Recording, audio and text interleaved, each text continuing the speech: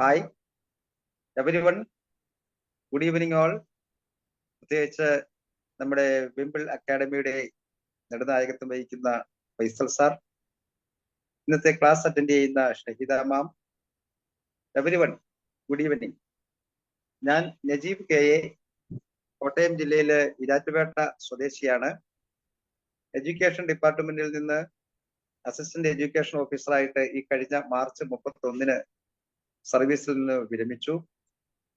വിരമിക്കുന്നതിന് മുമ്പ് തന്നെ after retirement എന്ത് ചെയ്യണം എന്നതിനെ കുറിച്ച് ഞാൻ നല്ലവണ്ണം ഒന്ന് ആലോചിച്ചു. കുറച്ച് കാര്യങ്ങൾ സെർച്ച് ചെയ്തു. അങ്ങനെ സോഷ്യൽ മീഡിയയിൽ സെർച്ച് ചെയ്ത് ചെല്ലുമ്പോഴത്തേക്കാണ് നമ്മുടെ വിംബിൾ അക്കാഡമിയുടെയും ഫൈസൽ സാറിന്റെയും ആഡ് ഞാൻ എന്റെ ശ്രദ്ധയിൽപ്പെട്ടത്. അതിലൂടെ ഒരു പുതിയ കോണ്ടാക്ട്, പുതിയ ബന്ധം ഉരുത്തിരിഞ്ഞു വന്നു. അങ്ങനെ ഞാൻ ഇന്ന് നമ്മുടെ 12ാമത്തെ ബാച്ചിൽ TTTയുടെ 12ാമത്തെ ട്രിപ്പിൾ ടി എന്ന് വിളിക്കാം എനിക്ക് തോന്നുന്നത്, അതിന്റെ 12ാമത്തെ ബാച്ചിലെ ഒരു ട്രെയിനർ സ്റ്റുഡന്റ് ആണ്. എന്തായാലും ഏതാണ്ട് 3-4 വെബിനാറുകൾ ഇതിനോടകം തന്നെ ഈ ഒരു 2 ആഴ്ചക്കകം തന്നെ കഴിഞ്ഞു. എല്ലാം ഒന്നിനൊന്നിന് മെച്ചമായിരുന്നു. എന്തായാലും ഈ വിംബിൾ അക്കാഡമി സംഘടിപ്പിച്ചു വരുന്ന ഈ ട്രെയിനേഴ്സ് ടോക്ക് അത് വളരെ വ്യത്യസ്തമായ ഒരു അനുഭവമായിട്ടാണ് ഈ കഴിഞ്ഞ 2 പ്രാവശ്യത്തെ ടോക്കും കേട്ടതിന് ശേഷം എല്ലാ ക്ലാസ്സുകളും തന്നെ ഞാൻ മിസ്സാകാതെ ശ്രദ്ധിക്കാറ്, ഫോളോ ചെയ്യാറുണ്ട്, നോട്ടുകൾ കുറിക്കാറുണ്ട്, റിയാക്ട് ചെയ്യാറുണ്ട്, ടാസ്കുകളെല്ലാം തന്നെ ചെയ്യാനും ശ്രമിക്കാറുണ്ട്. ഇതിൽ നിന്ന് വളരെ വ്യത്യസ്തമായ ട്രെയിനേഴ്സ് ടോക്ക് വളരെ പുതുമയുള്ള അല്ലെങ്കിൽ പുതുതായിട്ട് ചെയ്യാൻ ആഗ്രഹിക്കുന്നവർക്കുള്ള വളരെ ഇൻസ്പയറിംഗ് ആയിട്ടുള്ള ഒന്നാണ് എന്ന് എനിക്ക് തോന്നിയിട്ടുണ്ട്. അങ്ങനെയുള്ള ഒരു ട്രെയിനേഴ്സ് ടോക്കിലാണ് നമ്മൾ ഈ സായാഹ്നത്തിൽ ഇവിടെ ഒത്തുചേർന്നിരിക്കുന്നത്. എന്തായാലും അതൊരു നല്ല അനുഭവമായിരിക്കുമെന്ന് ഞാൻ വിചാരിക്കുന്നു. അക്കാദമിയുടെ മുൻ ബാച്ചുകളിൽ നിന്ന് നമ്മുടെ ഈ തരത്തിലുള്ള ട്രെയിനിങ് പ്രോഗ്രാമുകളിൽ പങ്കെടുത്ത് പ്രൊഫഷണൽ ട്രെയിനേഴ്സ് കോഴ്സ് പൂർത്തിയായവരിൽ നിന്ന് തെരഞ്ഞെടുക്കപ്പെട്ടവരാണ് ഈ ട്രെയിനേഴ്സ് ടോക്കിൽ അവതാരകരായി എത്തിച്ചേരുന്നതെന്നും അവരുടെ പുതിയ പുതിയ അനുഭവങ്ങൾ, കണ്ടെത്തലുകളെല്ലാം തന്നെ പകർന്നു കൊടുക്കുന്നതിനും പുതിയ ആൾക്കാർക്ക് അത് കൂടുതൽ അറിവ് പ്രദാനം ചെയ്യുന്നതിനും ഈ ട്രെയിനേഴ്സ് ടോക്ക് വളരെയധികം ഉപകരിക്കുമെന്നാണ് ഞാൻ മനസ്സിലാക്കിയിട്ടുള്ളത്. ഇത് എന്നെ പോലെ പുതുതായിട്ട് ഈ ബാച്ചിൽ 12ാമത്തെ ബാച്ചിൽ ചേർന്നിട്ടുള്ളവർക്ക് വളരെ ഇൻസ്പയറിംഗ് ആയിട്ടുള്ള ഒരു അനുഭവമായിട്ട് മാറും എന്നുള്ള യാതൊരു സംശയമില്ല.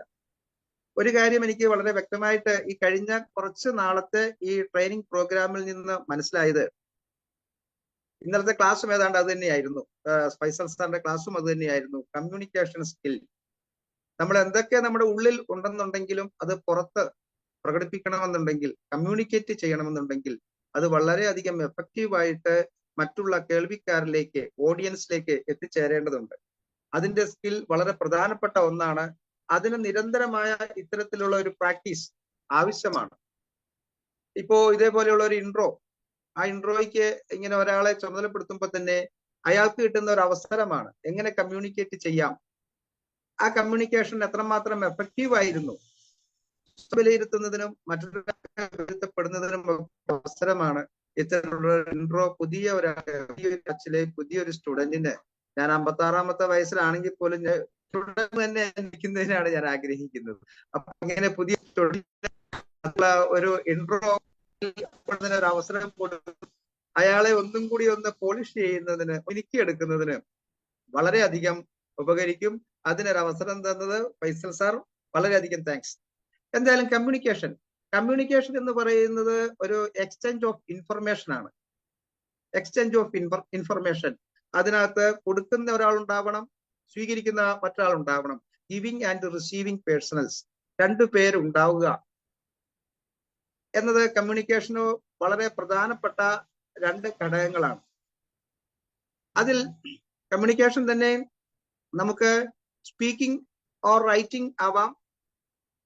അത് ഗിവിങ് ആണ്, സ്പീക്ക് ചെയ്യുക, റൈറ്റ് ചെയ്യുക. അതുപോലെ സ്വീകരിക്കുമ്പോഴത്തേക്ക് റിസീവ് ചെയ്യുന്നത് അതൊരു പക്ഷേ റീഡിങ്ങിലൂടെ ആവാം, ലിസണിങ്ങിലൂടെ ആവാം.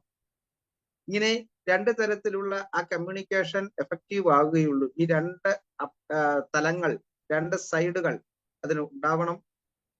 അതില് പ്രധാനപ്പെട്ട 2 ഘടകങ്ങളാണ് അത്.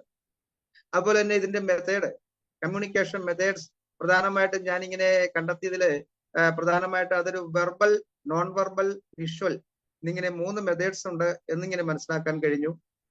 വെർബൽ മെത്തേഡ് എന്ന് പറയുമ്പോൾ വേർഡ്സുകൾ ഉപയോഗിച്ചുകൊണ്ട് ഉള്ള പിന്നെ കമ്മ്യൂണിക്കേഷൻ ആണ് വെർബൽ മെത്തേഡ്സ്. അത് പ്രധാനമായിട്ടും നമുക്കിപ്പോ ഓറൽ, സംസാരിച്ചുകൊണ്ടുള്ള, പറച്ചിലൂടെയുള്ളത്, പിന്നെ റൈറ്റിങ്ങിലൂടെ ഉള്ളത്, വേർഡ്സ് ഉപയോഗിച്ചുകൊണ്ടുള്ളത്. അതല്ലാതെ പിന്നെയുള്ളത് നോൺ വെർബൽ ആയിട്ട് വരുന്നത് without words, exchange of information without words, വാക്കുകളിലൂടെ അല്ലാതെ ഉള്ള ആശയവിനിമയ സാധ്യതകൾ. പിന്നെ ഉള്ളതാണ് വിഷ്വൽസ്, നമ്മുടെ ഇമേജസിലൂടെയുള്ള ആശയവിനിമയ സാധ്യത. ഈ നോൺ വെർബൽ എന്ന് പറയുന്ന ആ കമ്മ്യൂണിക്കേഷൻ മെത്തേഡ് വളരെ വൈഡായ ഒന്നാണ്. അത് പ്രാക്ടീസിലൂടെ മാത്രം, നമുക്ക് വെർബൽ ആണെന്നുണ്ടെങ്കിൽ ഒരു പക്ഷെ എനിക്ക് തോന്നുന്നത് പഠിച്ചെടുക്കാവുന്നതാണ്. നോൺ വെർബൽ എന്ന് പറയുമ്പോഴത്തേക്ക് അത് കൂടുതൽ വേർഡ്സ് ഇല്ലാതെയുള്ള, എന്തിന് നമ്മൾ സംസാരിക്കുന്നിടത്തുള്ള ഒരു സ്പേസ് പോലും, സംസാരിക്കുമ്പോൾ നമ്മള് സംസാരത്തിന്റെ വോയിസ് ടോൺ, അതുപോലെ തന്നെ നമ്മുടെ ഉച്ചാരണത്തിലുള്ള ചില സവിശേഷതകൾ, മോഡുലേഷൻ, വോയിസ് മോഡുലേഷൻ, ഇവയെല്ലാം തന്നെ നോൺ വെർബൽ കമ്മ്യൂണിക്കേഷൻ മെത്തേഡായിട്ട് അനുഭവപ്പെടുന്നുണ്ട്. നമ്മുടെ ഈ മൗനം പോലും ഒരുപക്ഷെ സംസാരിച്ചുകൊണ്ടിരിക്കുന്നതിന്റെ ഇടയ്ക്കുള്ള ഒരു ചെറിയ ഗ്യാപ്പ്, അതുപോലും ചിലപ്പോൾ ഏതെങ്കിലും തരത്തിലുള്ള ഒരു ആശയം ചിലപ്പോൾ വിനിമയം ചെയ്യപ്പെടാം. സൗണ്ട് വേരിയേഷൻ, ഇങ്ങനെ ഇതെല്ലാം വേണ്ടതാണ് ഒരു കമ്മ്യൂണിക്കേഷന് എന്നുള്ളത് എനിക്ക് മനസ്സിലാകുന്നു. ഇത് 3ഉം അതിൽ ഏറ്റവും പ്രധാനപ്പെട്ടതായിട്ട് എനിക്ക് തോന്നിയത് വേറെ ഒന്നുള്ളത്, നമ്മളെപ്പോലെ ട്രെയിനർ ആകാനിരിക്കുന്നവർ, ഇങ്ങനെയുള്ള പബ്ലിക് സ്പീക്കിംഗ് ഒരു പ്രൊഫഷനായിട്ട് മാറ്റാൻ ആഗ്രഹിക്കുന്നവർക്ക് ഈ 3ഉം ഒഴിവാക്കാൻ വയ്യാത്ത ഒന്നാണെന്നാണ് എനിക്ക് തോന്നുന്നത്. ഒരുപക്ഷെ ഒരു എഴുത്തുകാരന് അയാളുടെ വേർഡ്സ് മാത്രം ഉപയോഗിച്ചാൽ മതിയായിരിക്കും, മറ്റുള്ളവർക്ക് വിഷ്വൽസ് മാത്രം ഉപയോഗിച്ചാൽ മതിയായിരിക്കും. പക്ഷെ ഒരു പബ്ലിക് സ്പീക്കിംഗ് ട്രെയിനർ എന്ന നിലയിൽ നമുക്ക് ഈ 3ഉം കൂടി ഏതാണ്ട് തുല്യമായ പരുവത്തിൽ, ഒന്നിനും മറ്റൊന്നിനേക്കാൾ പ്രാധാന്യം കുറച്ച് കാണിക്കാതെ ഉപയോഗിക്കുക എന്നുള്ള സ്കില്ല് അത് ആർജിക്കേണ്ടതുണ്ട്. അതിനുള്ള പ്രാക്ടീസ് നമുക്ക് ഇതിൽ നിന്ന്, വിംബിൾ അക്കാഡമിയിൽ നിന്ന് തന്നെ കിട്ടുമെന്നാണ് ഞാനും പ്രതീക്ഷിക്കുന്നത്. പിന്നെ എന്റെ ഈ കമ്മ്യൂണിക്കേഷൻ സ്കില്ലുമായി ബന്ധപ്പെട്ടിട്ടുള്ള, ഞാനത് ദീർഘിപ്പിക്കുന്നില്ല, നിർത്തുകയാണ്. കമ്മ്യൂണിക്കേഷൻ സ്കില്ലുമായി ബന്ധപ്പെട്ടിട്ട് ഒരു 3 P's, 3 Pകൾ. ഒന്ന് ഉള്ളത് പ്രിപ്പറേഷൻ ആണ്, നമ്മൾ എന്ത് പറയണം, എങ്ങനെ പറയണം എന്നുള്ള ഒരു പ്രിപ്പറേഷൻ. മറ്റൊന്ന് അതിന്റെ പ്രാക്ടീസ്. 3ാമത്തെ P എന്നത് ഉദ്ദേശിക്കുന്നത് അത് പെർഫോം ചെയ്യുക എന്നുള്ളത്. ഈ 3 P കൂടി ചേർന്ന് കഴിയുമ്പോഴത്തേക്ക് ഒരു പബ്ലിക് സ്പീക്കിംഗ് വളരെ എഫക്റ്റീവായി തീരും എന്ന് ഞാൻ വിചാരിക്കുന്നു. അധികം ദീർഘിപ്പിക്കുന്നില്ല. ഇന്നത്തെ ട്രെയിനർ ടോക്കിൽ നമ്മളോട് സംസാരിക്കുന്നത് ഷഹീദ മാമാണ്. സോറി സർ, മാമിന്റെ പേര് അത് തന്നെ, ഷഫീദ സൂനം. ഷഫീദ സൂനം മാമാണ്. നമ്മുടെ വിഷയം വെറും കളിയല്ല കുട്ടിക്കളികൾ. വളരെ കാലിക പ്രസക്തമായ ഒരു വിഷയം തന്നെയാണ്, വെറും കളിയല്ല കുട്ടിക്കളികൾ. നമ്മുടെയൊക്കെ, എന്റെയൊക്കെ ചെറുപ്രായത്തില്, ഇപ്പൊ എല്ലാവരുടെയും ചെറുപ്രായം എന്ന് ഞാൻ പറയുന്നില്ല, ഇത് കേട്ടോണ്ടിരിക്കുന്നവരുടെയും ഇതിനകത്ത് പാർട്ടിസിപ്പൻസിന്റെ എല്ലാവരുടെയും ചെറുപ്രായം എന്ന് പറഞ്ഞു കഴിഞ്ഞാൽ വേരിയേഷൻ ഉണ്ടാവും. കാരണം ന്യൂജനും പഴഞ്ചനും എല്ലാം ചേർന്നിട്ടുള്ള ഒരു പുതിയ ജനാണ് നമ്മളിപ്പോ ഇതിനകത്ത് കോമ്പിനേറ്റ് ചെയ്തിരിക്കുന്നത്. അന്നത്തെയൊക്കെ ചെറുപ്രായത്തിലെ വിനോദങ്ങൾ, കുട്ടിക്കളികൾ എന്ന് പറയുന്നത് കുട്ടിക്കളികൾ മാത്രമായിരുന്നു. അതിനകത്ത് നമ്മള് സ്കൂളിൽ പോകുന്ന വഴിക്ക് കളിച്ചുകൊണ്ടായിരിക്കാം പോകുന്നത്, തിരിച്ചു വരുമ്പോഴായിരിക്കാം, തിരിച്ച് സ്കൂളിൽ നിന്ന് വന്നു കഴിഞ്ഞാൽ തന്നെ പിന്നെയും കളികളാണ്, പുതിയ പുതിയ ഗ്രൂപ്പുകള്, കൂട്ടുകാരെ ഒക്കെ ആയിട്ടുള്ള കളികളാണ്. അതിനകത്തൊന്നും തന്നെ നമുക്ക് എന്തെങ്കിലും വളരെയധികം അതിന്റെ കെമിസ്ട്രിയോ, അതിന്റെ ബയോളജിയോ, അതിന്റെ സൈക്കോളജിയോ, ഫിസിയോളജിയോ ഒന്നും തന്നെ നോക്കാതെയുള്ള വിനോദങ്ങളായിരുന്നു അന്നത്തെ കാലത്തുണ്ടായിരുന്നത്. കാലം മാറിയപ്പോഴത്തേക്ക് കുട്ടിക്കളികൾ വെറും കളികളല്ലാത്തതായി തീർന്നു. അതിന് സാമൂഹികമായ പ്രസക്തിയുണ്ട്, അതിന് കുട്ടികളുടെ മാനസികമായ വളർച്ചയുടെ വശങ്ങളുണ്ട്, അവന്റെ ശാരീരിക വളർച്ചയുടെ വശങ്ങളുണ്ട്. അങ്ങനെ അതെല്ലാം തന്നെ ഗൗരവത്തിൽ എടുത്തുകൊണ്ട് വേണം നമുക്ക് കുട്ടിക്കളികളെ വിലയിരുത്തേണ്ടത്. അത്തരത്തിലുള്ള ഒരു വിലയിരുത്തലിന്റെ ക്ലാസ് ആണ് ഇന്ന് മാം ഇവിടെ അവതരിപ്പിക്കുന്നത്. അപ്പോ കളികൾ കുട്ടിക്കളികൾ വെറും കളികളല്ലാതെയായി മാറി. പഴയ കൊച്ചിയല്ല എന്ന സിനിമാ ഡയലോഗ് പോലെ കളികൾ വെറും കളികളല്ലാത്തതായി തീർന്നു. അതിനകത്തുള്ള കാര്യങ്ങൾ ഗൗരവത്തിൽ അത് ചർച്ച ചെയ്യേണ്ടതാണ് എന്നുള്ള ഒരവസ്ഥയിലേക്ക് നമ്മുടെ ലോകം, സമൂഹം എത്തിച്ചേർന്നിരിക്കുന്നു. അതിനെക്കുറിച്ചൊക്കെ വളരെ ആധികാരികമായി സംവദിക്കാൻ എത്തിച്ചേർന്നിരിക്കുന്നതാണ് നമ്മുടെ ഷഹീദ സുനമ്മ. അവർ ബഡ്സ് സ്കൂളിലെ ഒരു സ്പെഷ്യൽ എഡ്യൂക്കേറ്റർ ആണെന്ന് മനസ്സിലാക്കുന്നു. മാത്രമല്ല നമ്മുടെ 6th ബാച്ചിലെ ഒരു ട്രെയിനർ ആയിരുന്നു, ട്രെയിനിങ് സ്റ്റുഡന്റ് ആയിരുന്നു. ഇപ്പോ അതെല്ലാം കഴിഞ്ഞിട്ട് ഏറ്റവും വളരെ പ്രൊഫഷണൽ ആയിട്ടുള്ള ഒരു ട്രെയിനറായി മാറിക്കഴിഞ്ഞിരിക്കുന്നു. ഷഹീദ മാമിനെ ഞാൻ വളരെ സന്തോഷത്തോടു കൂടി നമ്മുടെ എല്ലാവർക്കും വേണ്ടിയിട്ട്, പ്രത്യേകിച്ച് നമ്മുടെ ഈ 12th ബാച്ചിന് വേണ്ടിയിട്ട് ഞാൻ നമ്മുടെ ഈ ഇന്നത്തെ ഈ ട്രെയിനേഴ്സ് ടോക്കിലേക്ക് സ്വാഗതം ചെയ്തു കൊള്ളുന്നു. ഓക്കെ, നമുക്ക് മാമിന്റെ വാക്കുകൾ ശ്രമിക്കാം. ഒപ്പം മൈക്ക് ഞാൻ ഫൈസൽ സാറിന് ഹാൻഡ് ഓവർ ചെയ്യും. Thank you. Thank you so much. വളരെ മനോഹരമായിട്ടുള്ള ഒരു ഇൻട്രൊഡക്ഷൻ ആയിരുന്നു. സാറ് പറഞ്ഞ പോലെ തന്നെ 56-ാമത്തെ വയസ്സിൽ വളരെ എനർജറ്റിക് ആയി ഇപ്പോഴും നമ്മുടെ ബാച്ചുകളിലൊക്കെ ടാസ്ക് കൊടുത്തു കഴിഞ്ഞാൽ ഏറ്റവും ആദ്യമായിട്ട് ചെയ്ത് പ്രതിഫലിക്കുന്ന ഒരാൾ കൂടിയാണ് നജീബ് സാറ്. വളരെയധികം സന്തോഷം. സോ ഇത്തരുണത്തിൽ ഈ ഒരു ട്രെയിനേഴ്സ് ടോക്കിന്റെ ഒരു ഇൻട്രൊഡക്ഷൻ വളരെ മനോഹരമായി പറഞ്ഞതിലുള്ള സന്തോഷം ഇവിടെ അറിയിക്കുന്നു. അതേപോലെ തന്നെ ഇന്നത്തെ ട്രെയിനേഴ്സ് ടോക്കിൽ നമുക്ക് ഗസ്റ്റ് ആയിട്ട് എത്തിയിട്ടുള്ളത് ഷഫീദ മാം ആണ്. മാം 2ാമത്തെ പ്രാവശ്യമാണ് നമ്മുടെ ട്രെയിനേഴ്സ് ടോക്കിൽ സംസാരിക്കുന്നത്. ഇവിടെ പറഞ്ഞതുപോലെ തന്നെ വിശേഷിച്ചും അവധിക്കാലം ഒക്കെ ആയതുകൊണ്ട് തന്നെ ഈ ഒരു ടോപ്പിക്, കുട്ടികളുടെ കളികളുമായി ബന്ധപ്പെട്ടുള്ള ഒരു ടോപ്പിക് വളരെ പ്രസക്തമാണ്. ആ ഒരു മേഖല വളരെ നന്നായിട്ട് ഹാൻഡിൽ ചെയ്യാൻ പറ്റുന്ന ഒരാൾ കൂടിയാണ് Shafeeda ma'am. She's a special educator. അപ്പൊ അതുകൊണ്ട് തന്നെ ഇന്നത്തെ ഈ ഒരു സെഷൻ തീർച്ചയായിട്ടും നമുക്ക് ഉപകാരപ്പെടും. മാമിനെ ഈ ഒരു സെഷൻ അവതരിപ്പിക്കുന്നതിന് വേണ്ടിയിട്ട് വളരെ സ്നേഹത്തോടെ ക്ഷണിക്കുന്നു. Thank you. Thank you Faisal sir, Najeeb sir. ഞാൻ നജീബ് സാറിന്റെ ഇന്റർ അങ്ങനെ കേട്ടുകൊണ്ടിരിക്കുന്നു അല്ലെ. ശരിക്കും നമുക്കൊക്കെ ഇൻസ്പയറിംഗ് ആണ് സാർ അല്ലെ. ഇത്രയും വേയിച്ചതിന് സാധാരണ എല്ലാവരും ഗവൺമെന്റ് ജോലിന്റെ പുറകെ പോകുന്നത് എന്താ വെച്ചാല് റിട്ടയർഡ് ആയിട്ട് ഒരു ഭാഗത്ത് ഇരിക്കാലോ വിചാരിച്ചിട്ടാണ്. അപ്പോഴും അത് ഭയങ്കര ആക്റ്റീവായിട്ട് മുന്നോട്ട് പോകുന്ന ഒരു സന്തോഷം അല്ലെ. നമുക്കൊക്കെ ഇൻസ്പയറിംഗ് ആണ്. Thank you sir. ആ ടോപ്പിക്കിനെ കുറിച്ച് എല്ലാവർക്കും ഐഡിയ കിട്ടിയിട്ടുണ്ടാവും. എന്നെ ഒന്ന് പരിചയപ്പെടുത്താം. പേര് ഷഫീദ. ഞാൻ സ്പെഷ്യൽ എഡ്യൂക്കേറ്റർ ആണ്. കാളികാവാണ് സ്വദേശം, മലപ്പുറം ജില്ലയില്. പിന്നെ കാളികാവ് ബഡ്സ് സ്കൂളിലാണ് വർക്ക് ചെയ്യുന്നത്. അപ്പോ ഇന്നത്തെ ടോപ്പിക്ക് സാറ് പറഞ്ഞതുപോലെ തന്നെ ഇതിലും ആപ്റ്റ് ആയിട്ട് ഒരു സമയം എനിക്ക് കിട്ടൂല അത് അവതരിപ്പിക്കാന്. കാരണം നമ്മൾ വെക്കേഷനിലാണ് ഇപ്പൊ ഉള്ളത്. ഏപ്രിൽ മെയ് മാസമൊക്കെ നമുക്ക് പറഞ്ഞ വെക്കേഷൻ ആണല്ലോ നമുക്ക് കേരളത്തിൽ. അപ്പോ കളികൾ വെറും കളിയല്ല കുട്ടിക്കളി എന്ന് പറഞ്ഞ പോലെ എപ്പോഴും കളി എന്ന് പറയുമ്പോ അത് ഫൺ റിലേറ്റഡ് ആണ് അല്ലെ. ഫൺ തന്നെയാണ് കളി. കുട്ടികൾ കളിക്കുന്നത് അവർക്ക് എന്റർടൈൻമെന്റിന് വേണ്ടിയിട്ട്, എൻജോയ്മെന്റിന് വേണ്ടിയിട്ട് തന്നെയാണ്. പക്ഷെ അതിനപ്പുറത്തേക്ക് കളിക്ക് വേറെ ഒരുപാട് തലങ്ങൾ ഉണ്ട് എന്നുള്ളതാണ്. പക്ഷെ നമ്മളതിനെ കുറിച്ച് ചിന്തിച്ചിട്ടുണ്ടാവില്ല. സാധാരണ പാരന്റ്സ് ഒന്നും അതിനെ കുറിച്ചിട്ട് അങ്ങനെ ബോധേഡായിരിക്കില്ല. കളി എന്ന് പറയുമ്പോൾ ചൈൽഡ്ഹുഡ് ഡെവലപ്മെന്റിന്റെ ഒരു ഫണ്ടമെന്റൽ ആസ്പെക്റ്റാണ്, ഒരു ക്രൂഷ്യൽ പോയിന്റ് എന്ന് പറയാം. ചൈൽഡ്ഹുഡ് ഡെവലപ്മെന്റുമായിട്ട് ബന്ധപ്പെട്ട് നോക്കുമ്പോൾ ഇതൊരു ക്രൂഷ്യൽ പോയിന്റാണ്. കളിക്കുന്നില്ലെങ്കിലാണ് എന്തോ പ്രശ്നമുണ്ട് നമുക്ക് തോന്നുകയെന്നല്ല, അതങ്ങനെയാണ്. കളിക്കുന്നില്ലെങ്കിലാണ് നമ്മളവിടെ മെഡിക്കൽ അറ്റൻഷൻ കൊടുക്കേണ്ടത്. കളിയിലൂടെ ഒരുപാട് കാര്യങ്ങൾ കുട്ടി നേടിയെടുക്കുന്നുണ്ട്. കുട്ടികളുടെ ശാരീരികവും മാനസികവും ബൗദ്ധികവും വൈകാരികവും സാമൂഹികവുമായ ഒരുപാട് നേട്ടങ്ങൾ കളിയിലൂടെ അവർ കൈവരിക്കുന്നുണ്ട്. അല്ലെങ്കിൽ അത്തരത്തിലുള്ള നേട്ടങ്ങൾ കൈവരിക്കാനുള്ള ഒരു സ്പേസ് ആണ് കളി എന്ന് പറയുന്നത്. കുട്ടിക്കാലത്ത് തന്നെ ഒരുപാട് ലൈഫ് സ്കില്ല് കുട്ടികൾ നേടിയെടുക്കുകയാണ് കളികളിലൂടെ. അത് problem solving, decision making, organising, അതുപോലെ കോൺഫിഡൻസ്, റെസിലിയൻസ്, എങ്ങനെയാണ് വിജയത്തിനെയും പരാജയത്തിനെയും നമ്മൾ നോക്കിക്കാണേണ്ടത്.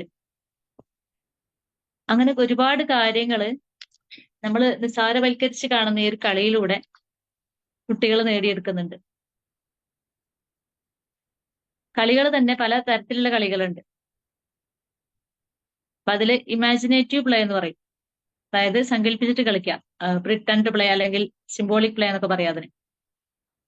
അതായത് നമ്മൾ സിമ്പിൾ ആയിട്ട് പറയുകയാണെങ്കിൽ നമ്മൾ വീട്ടിൽ മക്കൾ കാണിക്കുന്ന കണ്ടിട്ടില്ലേ? അപ്പൊ ഡോക്ടറും പേഷ്യന്റും ആയിട്ട് കളിക്കും, അല്ലെങ്കിൽ ടീച്ചർ സ്റ്റുഡന്റ് ആയിട്ട് കളിക്കും, അമ്മയും മോളുമായിട്ട്, അച്ഛനും അമ്മയായിട്ട്. ഇങ്ങനെ ഒരുപാട് റോൾ പ്ലേ നമ്മൾ ചെയ്യാറുണ്ട്, കുട്ടികൾ ചെയ്യാറുണ്ട്, നമ്മളൊക്കെ ചെയ്തിട്ടുണ്ട്. അപ്പൊ ഇത്തരത്തിലുള്ള ഈ റോൾ പ്ലേയിലൂടെ ഒരുപാട് ബെനിഫിറ്റ്സ് ഉണ്ട് കുട്ടികൾക്ക്. അവരുടെ ഏറ്റവും പ്രധാനപ്പെട്ട അവരുടെ ക്രിയേറ്റിവിറ്റി ഡെവലപ്പ് ചെയ്യാനുള്ള ഒരു അവസരമാണ് പ്ലേയിലൂടെ അവർക്ക് കിട്ടുന്നത്.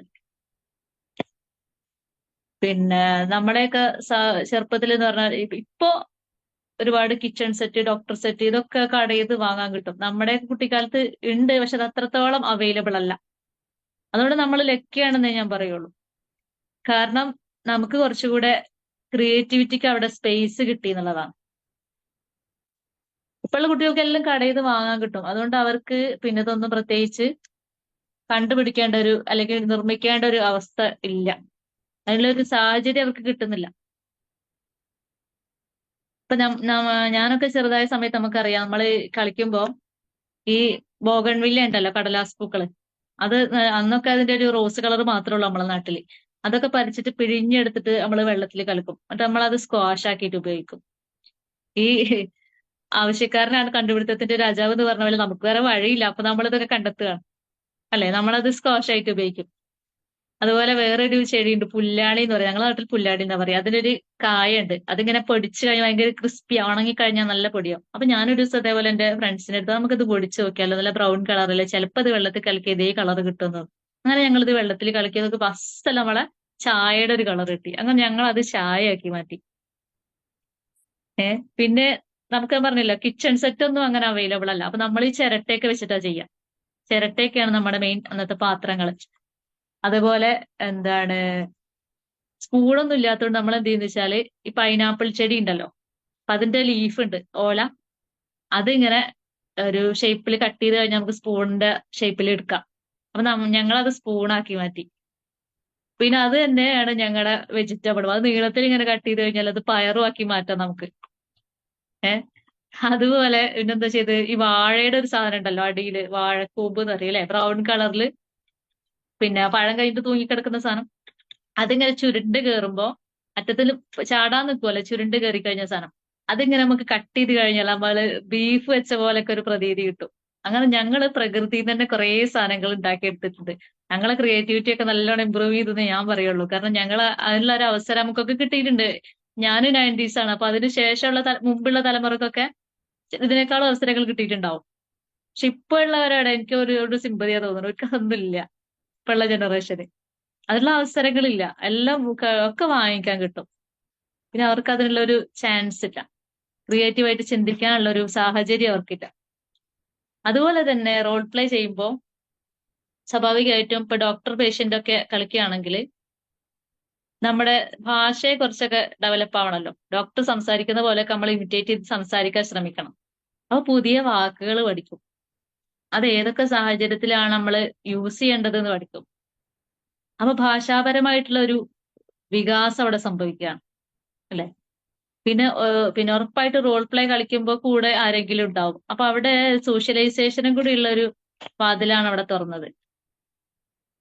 അപ്പൊ ഒരു കളിയിൽ കൂടെ തന്നെ ഒരുപാട് കാര്യങ്ങൾ പഠിക്കാനുള്ള ഒരു അവസരം കിട്ടുക. പിന്നെ ബോയ്സ് ഒക്കെ ആണെങ്കിൽ ഇവർക്കും തന്നെ ഈ ബോളൊന്നും ഉണ്ടാവില്ല അന്ന് കളിക്കാൻ. അവര് പിന്നെ പ്ലാസ്റ്റിക്കും അതുപോലെ ഈ റബ്ബറിന്റെ ഒട്ടുപാൽ എന്ന് പറഞ്ഞൊരു സാധനം ഉണ്ട്, അതൊക്കെ പിടിച്ച് വലിച്ചു കെട്ടിയിട്ടാണ് ബോൾ ഉണ്ടാക്കുക. അവർക്കും തന്നെ ക്രിയേറ്റിവിറ്റിയിൽ ഒരൊട്ടും പിറകിലല്ല. അവരും അങ്ങനെ കുറെ സാധനങ്ങൾ അവർക്കും വേണ്ടിയിട്ട് ഉണ്ടാക്കുന്നുണ്ട്. അപ്പൊ ഒന്നും ഇല്ല എന്നുള്ളത് കൊണ്ടാണ് നമ്മൾ കുറെ സാധനങ്ങൾ കണ്ടെത്തിയത്. ഇമാജിനേറ്റീവ് പ്ലേ കൊണ്ട് കിട്ടിയ ഏറ്റവും വലിയ ഉപകാരങ്ങൾ തന്നെയാണ് ക്രിയേറ്റിവിറ്റി ഇൻക്രീസ് ചെയ്യുന്നുള്ളത് തന്നെയാണ്. പിന്നെ ഇതുപോലെ ഭാഷാപരമായിട്ടുള്ള വികാസം, അതൊരുപാട് അതിന് ചാൻസ് ഉണ്ട്. കാരണം ഇപ്പൊ കിച്ചണിലാണെങ്കിലും അമ്മയും അച്ഛനും തമ്മിലുള്ള ഒരു സംസാരം, അല്ലെങ്കിൽ അമ്മയും മോളും തമ്മിലുള്ള സംസാരം, അമ്മ എങ്ങനെയാണ് മക്കളോട് പെരുമാറുന്നത്, ഇങ്ങനെ ഒരുപാട് പെരുമാറ്റ മര്യാദകൾ അവിടെ പഠിക്കുന്നുണ്ട്. മൂത്തവരെ ബഹുമാനിക്കണം, ഇളയവരെ സ്നേഹിക്കണം, അതുപോലെ എമ്പതി, ഇങ്ങനെ കുറെ കാര്യങ്ങൾ അവിടെ പഠിച്ചെടുക്കണം. മക്കൾ ഇതൊന്നും വേണമെന്ന് ചെയ്യുന്നല്ല, അവർ കളിക്കാൻ എന്റർടൈൻമെന്റ് ചെയ്യുന്നതാണ്. പക്ഷെ അവരറിയാതെ കുറെ കാര്യങ്ങൾ അവരുടെ ജീവിതത്തിൽ അവർ പഠിച്ചെടുത്തുകൊണ്ടിരിക്കുകയാണ്. അതുപോലെ തന്നെ സോഷ്യൽ പ്ലേ എന്ന് പറഞ്ഞാൽ ഈ ഇമാജിനേറ്റീവ് പ്ലേ ഒക്കെ അതിനകത്ത് വരുന്ന കാര്യങ്ങൾ തന്നെയാണ്. കുട്ടികൾ കൂട്ടം ചേർത്ത് കളിക്കുന്ന കളികളൊക്കെ സോഷ്യൽ പ്ലേ തന്നെയാണ്. അപ്പൊ അതില് ഉള്ള അതിന്റെ മെയിൻ പ്രയോജനം എന്ന് പറഞ്ഞാല് എന്തെങ്കിലും തർക്കമൊക്കെ ഉണ്ടായിക്കഴിഞ്ഞാൽ ഗ്രൂപ്പായിട്ട് കളിക്കുമ്പോൾ സ്വാഭാവികമായിട്ടും തർക്കങ്ങളൊക്കെ ഉടലെടുക്കുമല്ലോ. അപ്പൊ അങ്ങനെ ഒരു തർക്കമൊക്കെ ഉണ്ടായിക്കഴിഞ്ഞാൽ അത് പരിഹരിക്കാൻ ഒരാൾ മുന്നോട്ട് വരും. കാരണം അത് വന്നേ മതിയാവും. വന്നിട്ടില്ലെങ്കിൽ ആ കളി മുന്നോട്ട് പോകില്ല. അപ്പൊ സ്വാഭാവികമായിട്ട് ഒരാൾ വരും. അപ്പൊ അവിടെ ലീഡർഷിപ്പ് ക്വാളിറ്റി ഉണ്ടായി, അല്ലെ? പിന്നെ ഈ പ്രശ്നം പരിഹരിച്ചാലേ കളി മുന്നോട്ട് പോവുള്ളൂ എന്നറിയാം. അപ്പൊ പ്രോബ്ലം സോൾവ് ചെയ്യാൻ അവർ പഠിക്കുകയാണ്. ഈ പ്രോബ്ലം സോൾവ് ചെയ്യുമ്പോൾ എന്തായാലും ഒരു തീരുമാനം എടുക്കേണ്ടി വരുമല്ലോ. അപ്പൊ അവിടെ എന്തായി? ഡിസിഷൻ മേക്കിങ്ങും നടന്ന്. ഇതൊന്നും ഈ മക്കളെ അറിയുന്നില്ല. മക്കളെന്നല്ല, നമുക്കും പാരന്റ്സ് നമ്മൾ ചിന്തിക്കുന്നില്ല. ഇപ്പോഴുള്ള പാരന്റ്സിന്റെ വലിയൊരു പ്രശ്നം എന്താണെന്ന് വെച്ചാൽ കുട്ടികൾ കളിക്കുന്നിടത്തൊക്കെ അവരും ചെന്ന് നിൽക്കും. എന്നിട്ട് ഈ പ്രോബ്ലം സോൾവിങ്ങും ഡിസിഷൻ മേക്കിങ്ങും ഒക്കെ അവരാ ചെയ്യാം. എന്റെ മക്കളെ സംബന്ധിച്ചിടത്തോളം മക്കൾ എന്റെ അടുത്ത് പറയുന്ന മെയിൻ കംപ്ലൈന്റ് ഞാൻ അവരുടെ കൂടെ കളിയിലൊന്നും ഇടപെടുന്നില്ല എന്നുള്ളതാണ്. അവരുടെ കൂട്ടുകാരൊക്കെ അവരുടെ ഉമ്മമാരൊക്കെ വന്നിട്ട് ആരെങ്കിലും അവരെ എന്തെങ്കിലും ഒക്കെ ആ പ്രശ്നമായാൽ അതിൽ ഇടപെടുന്നു, അവരെ സപ്പോർട്ട് ചെയ്യാൻ ചെല്ലുന്നു, ആ പ്രശ്നം പരിഹരിക്കുന്നു. എന്റെ മോളെ കളി കൂട്ടണേന്ന് പറഞ്ഞിട്ട് റിക്വസ്റ്റ് ചെയ്യാൻ വരുന്നു. ഞാൻ ഇതിലൊന്നും പോകുന്നില്ല. അപ്പൊ അവര് മനസ്സിലാക്കുന്ന ഞാൻ അവരോട് എന്തോ സ്നേഹക്കുറവുള്ളതുകൊണ്ട് പോവാതിരിക്കാന്നാ. അപ്പൊ ഞാൻ ഇതേപോലെ തിരുത്തും. ഇതൊക്കെ ചെയ്യേണ്ടത് നിങ്ങളാണ്, ഉമ്മമാരല്ല. നിങ്ങളാണ് തീരുമാനം എടുക്കേണ്ടത്. നിങ്ങളെ കളിയിലുണ്ടായ പ്രശ്നമല്ല, നിങ്ങളാണ് പരിഹരിക്കേണ്ടത്, അല്ലാതെ ഉമ്മമാരല്ല വന്നിട്ട്. നിങ്ങളെ കളിയിൽ കൂട്ടണമെന്നുണ്ടെങ്കിൽ നിങ്ങൾ അത്രയും മയത്തിൽ അവരോട് സംസാരിച്ചിട്ട് കളിയിൽ കൂട്ടാനുള്ള ട്രിക്കുകൾ നിങ്ങൾ ഉപയോഗിക്കണം, അല്ലാതെ ഉമ്മ വന്നിട്ടല്ല ഇത് ചെയ്യാന്ന് പറയും. അപ്പോ എന്നാൽ മാത്രമേ കുട്ടി ഇൻഡിപെൻഡന്റ് ആവുള്ളൂ. അത്രയും സ്കില്ലുകൾ കുട്ടികൾ നേടിയെടുക്കുള്ളൂ. അതുപോലെ എപ്പോഴും ഒരു കൂട്ടായ്മ ചേർന്നിട്ട് കളിക്കുന്ന ഒരു കളിയാവുമ്പോൾ അതിൽ ആ കാര്യങ്ങളൊക്കെ പ്ലാൻ ചെയ്യാൻ ഒരാളുണ്ടാവും. 1-2 പേരുണ്ടാവും. മെയിനായിട്ട് ഒരാൾക്കായിരിക്കും അതിന്റെ പവർ വരിക എപ്പോഴും. അപ്പൊ അവിടെ ഓർഗനൈസിങ് സ്കില്ല്, അല്ലെ? ഓർഗനൈസിങ് സ്കില്ല് അവിടെ ഉണ്ടാവുകയാണ്. പിന്നെ കൂട്ടത്തിൽ ചേർന്ന് കളിക്കുമ്പോൾ ഉറപ്പായിട്ടും കമ്മ്യൂണിക്കേഷൻ സ്കില്ല് വരുന്നു, ലാംഗ്വേജ് ഡെവലപ്പ് ചെയ്യുന്നു. കാരണം പല വീട്ടിൽ നിന്ന് വരുന്ന പല കുട്ടികളാണ്, പല സാഹചര്യത്തിൽ വളരുന്നവരുമായിരിക്കും. അപ്പോൾ പുതിയ വാക്കുകൾ പഠിക്കുന്നു, അതിന്റെ പ്രയോഗം പഠിക്കുന്നു. ഈ ചെറിയ വായിൽ വലിയ വർത്തമാനം എന്നൊക്കെ പറയുന്ന സംഗതികളൊക്കെ അപ്പോഴാണ് സംഭവിക്കുന്നത്. നമ്മൾ കേൾക്കുമ്പോൾ നമുക്ക് ചിലപ്പോൾ ചിരി വരൂലേ? വലിയ വലിയ പ്രായത്തിന് ചേരാത്ത വർത്തമാനങ്ങളൊക്കെ ചില സമയത്ത് കുട്ടികളിൽ നിന്ന് സംഭവിക്കും. അതൊക്കെ ഇങ്ങനെ എന്താ പറയാ, സോഷ്യൽ പ്ലേ കൊണ്ട് കിട്ടുന്ന ഒരുപാട് പ്രയോജനങ്ങൾപ്പെട്ട ഒന്നാണ്. അതുപോലെ കുട്ടികളുടെ ഇമോഷൻസ് ഫ്രീ ആയിട്ട് എക്സ്പ്രസ് ചെയ്യാനുള്ള ഒരു വേദിയാണ് പ്ലേ എന്ന് പറയുന്നത്. അത് സങ്കടമായിക്കോട്ടെ, സന്തോഷമായിക്കോട്ടെ, ടെൻഷൻ ആയിക്കോട്ടെ, ദേഷ്യം ആയിക്കോട്ടെ, ഇതെല്ലാം ഫ്രീ ആയിട്ട് എക്സ്പ്രസ് ചെയ്യാൻ അവർക്ക് കിട്ടുന്ന ഒരു ഇടമാണ് ശരിക്കും പ്ലേ എന്ന് പറയുന്നത്. അപ്പൊ ഇമോഷണൽ റെഗുലേഷന് ഈ പ്ലേ കാരണമാവുകയാണ്. അതായത് ഓവറായിട്ട് ദേഷ്യപ്പെട്ട് കഴിഞ്ഞാൽ സ്വാഭാവികമായിട്ട് കളി മുന്നോട്ട് പോകില്ല. അത് ഒരു തവണ ദേഷ്യപ്പെടുമ്പോ അല്ലെങ്കിൽ രണ്ടാമത്തെ തവണ ദേഷ്യപ്പെടുമ്പോ ആ കുട്ടീനെ കളിയിൽ നിന്ന് ബാക്കിയുള്ളവർ പുറത്താക്കുമ്പോൾ ആ കുട്ടി തിരിച്ചറിയും, ഞാൻ ഇങ്ങനെ ആയതുകൊണ്ടാണ് എന്നെ പുറത്താക്കിയത്, അതുകൊണ്ട് ഇങ്ങനെ ആയാൽ പോരാ, ഞാൻ കുറച്ചുകൂടെ മെച്ചപ്പെട്ടെന്ന് ആ കുട്ടി മനസ്സിലാക്കുകയാണ്. അങ്ങനെ ആ കുട്ടി അറിഞ്ഞോ അറിയാതെ അവിടെ ഒരു ഇമോഷണൽ റെഗുലേഷൻ അവിടെ സംഭവിക്കുകയാണ്. ഒരു ആത്മനിയന്ത്രണം സ്വയം പഠിച്ചെടുക്കുകയാണ്. ഇതാ ഞാൻ നേരത്തെ പറയും, ഇപ്പോഴുള്ള കുട്ടികൾക്ക് അതിന് അവസരം കിട്ടുന്നില്ല. കാരണം അവര് ഈ പറഞ്ഞതുപോലെ സ്ക്രീനിന്റെ ഉള്ളിൽ കുടുങ്ങിപ്പോയി. അവർക്ക് ഇതിനൊന്നുള്ള ഒരു അവസരം വേണ്ടത്ര കിട്ടുന്നില്ല. അതുപോലെ തന്നെ ഫിസിക്കൽ പ്ലേ, അതായത് നമ്മൾ ഓടുന്നതും ചാടുന്നതും മരം കയറുന്നതും നീന്തുന്നതും ഡാൻസ് ചെയ്യുന്നതും ഇതെല്ലാം ഫിസിക്കൽ പ്ലേയിൽ വരുന്നതാണ്. ശാരീരിക ചലനങ്ങൾ ഉപയോഗിച്ച് കളിക്കുന്നതെല്ലാം ഫിസിക്കൽ പ്ലേ. അപ്പൊ അതുകൊണ്ട് നമ്മൾ സാധാരണ മനസ്സിലാക്കിയ പോലെ തന്നെ ഇതൊരു എക്സസൈസ് ആണ്. അതുപോലെ നമ്മുടെ ബോഡി മസിൽസും അതുപോലെ ബോൺസും ഒക്കെ അതിന്റെ സ്ട്രെങ്തനിങ്ങിനും ഗ്രോത്തിനെയൊക്കെ ഹെൽപ്പ് ചെയ്യും. അതിനപ്പുറത്തേക്ക് കുട്ടികളുടെ ഒരു ബോഡി മൂവ്മെന്റ്സിനെയും കോർഡിനേഷനെയൊക്കെ ഇത് സഹായിക്കും. മാത്രമല്ല കുട്ടികൾക്ക് അവനവന്റെ ശരീരത്തെക്കുറിച്ചൊരു ബോധം ഉണ്ടാവും. എന്റെ കാല് ഇങ്ങനെയൊക്കെ ചലിപ്പിക്കാം, ഇങ്ങനെ ഒന്നും ചലിപ്പിക്കാൻ പാടില്ല, അത് പ്രശ്നമാവും. കൈകൊണ്ട് ഇങ്ങനെയൊക്കെ രീതിയിലൊക്കെ ചലിപ്പിക്കാൻ പറ്റും. ഇങ്ങനെയുള്ള കുറെ തിരിച്ചറിവുകളും ശരീരത്തെക്കുറിച്ചുള്ള കുറെ ബോധ്യങ്ങളും കൂടി ഈ ഫിസിക്കൽ പ്ലേ വഴി കുട്ടികൾക്ക് ലഭിക്കുന്നുണ്ട്. അപ്പോ അമ്മമാരായിക്കോട്ടെ, ടീച്ചേഴ്സ് ആയിക്കോട്ടെ, കെയർ ടേക്കേഴ്സ് ആയിക്കോട്ടെ, കളിക്കാനുള്ള ഒരുപാട് അവസരങ്ങൾ ഉണ്ടാക്കി കൊടുക്കുക എന്നുള്ളതാണ് നമുക്ക് ചെയ്യാൻ പറ്റുന്ന ഒരു കാര്യം. ഇപ്പൊ ഇത്രയും നമ്മൾ പറഞ്ഞു കഴിഞ്ഞത് കളിയുടെ ഒരു പ്രാധാന്യത്തെ കുറിച്ചാണ്. ഇനി എന്താണ് കളി? ആർക്കെങ്കിലും ഇത് പറയാൻ പറ്റുമോ? പറഞ്ഞു നോക്കാൻ പറ്റുമോ?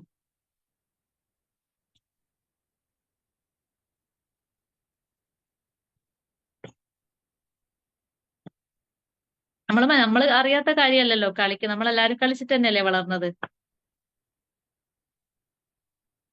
ജസ്റ്റ് ഒന്ന് പറഞ്ഞു നോക്കൂ.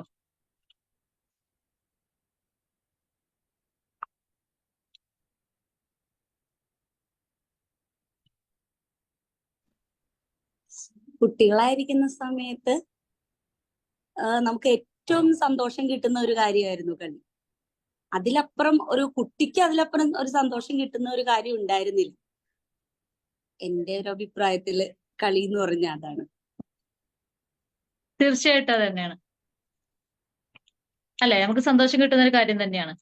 കുട്ടി ആ സമയത്ത്, അതായത് നമ്മുടെ കുട്ടി എന്ന് പറയുമ്പോൾ കുട്ടി ചുറ്റുപാടിനോടും ചുറ്റുമുള്ള വസ്തുക്കളോടൊക്കെ ആരോഗ്യകരമായിട്ട് സംവദിക്കാൻ കുട്ടിയെ പ്രാപ്തമാക്കുന്നത് കളിയാണ് അല്ലെ. അത് ഏറ്റവും സന്തോഷത്തോടു കൂടി ചെയ്യുന്നതുകൊണ്ട് തന്നെയാണ് അതിന് സാധിക്കുന്നത്. ആരും നിർബന്ധിച്ചിട്ടൊന്നും അല്ലല്ലോ നമ്മൾ കളിക്കാൻ പോയത് അല്ലെ.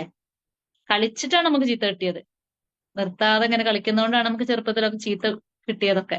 അന്ന് നമ്മുടെ പാരന്റ്സിനും അറിയില്ല കളിക്ക് ഇങ്ങനെ പല പ്രയോജനങ്ങളും ഉണ്ടെന്നുള്ളത്. അത് വേറെ കാര്യം. അപ്പോ നമ്മുടെ ചുറ്റുപാടിനോടും ചുറ്റുമുള്ള വസ്തുക്കളോടും ആരോഗ്യകരമായിട്ട് സംവദിക്കാന് പ്രാപ്തമാക്കുന്ന ഒരു പ്രവർത്തനമാണ് കളി എന്ന് പറയുന്നത്. ഈ ചെറുപ്പത്തിലേ നമ്മുടെ എല്ലാവരുടെയും കുട്ടികളുടെയൊക്കെ ആയിക്കോട്ടെ ഏറ്റവും വലിയ ബെസ്റ്റ് ഫ്രണ്ട് ആരായിരിക്കും? ടോയ്സ് ആയിരിക്കും അല്ലെ. കണ്ടിട്ടില്ലേ? ടോയ്സിനോടാണ് എപ്പോഴും കുട്ടികൾ കളിച്ചോണ്ടിരിക്കുക.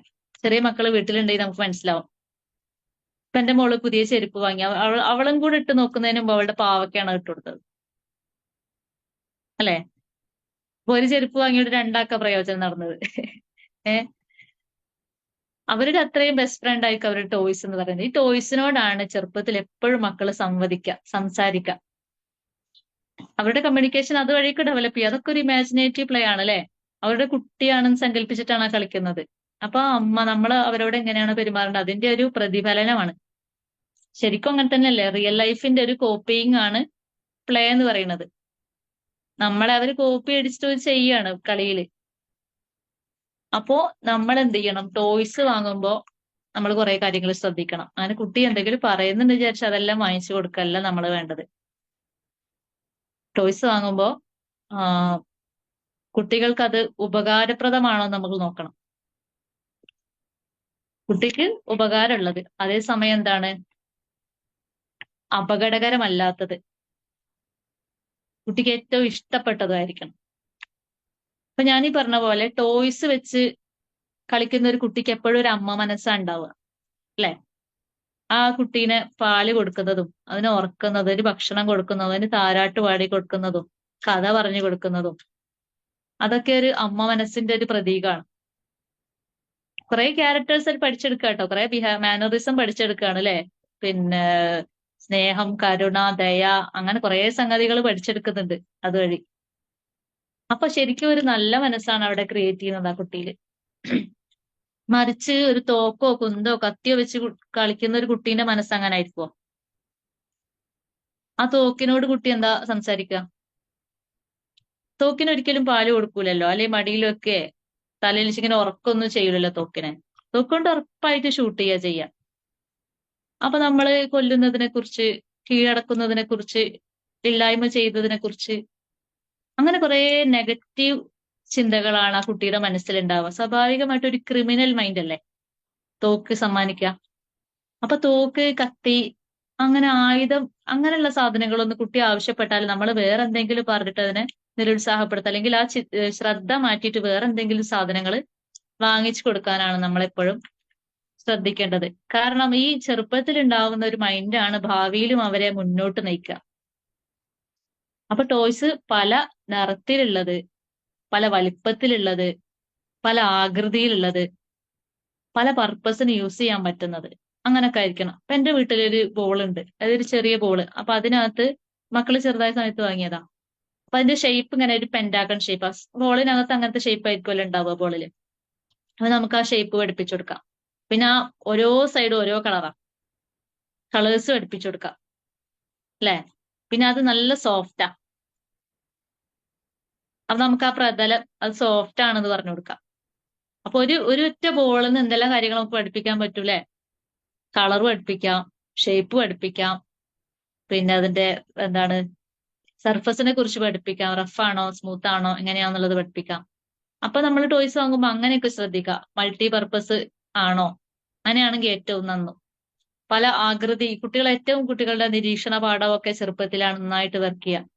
അപ്പോ അത്തരത്തിലുള്ള ടോയ്സ് ഒക്കെ വാങ്ങാൻ നമ്മൾ എപ്പോഴും ശ്രദ്ധിക്കുക.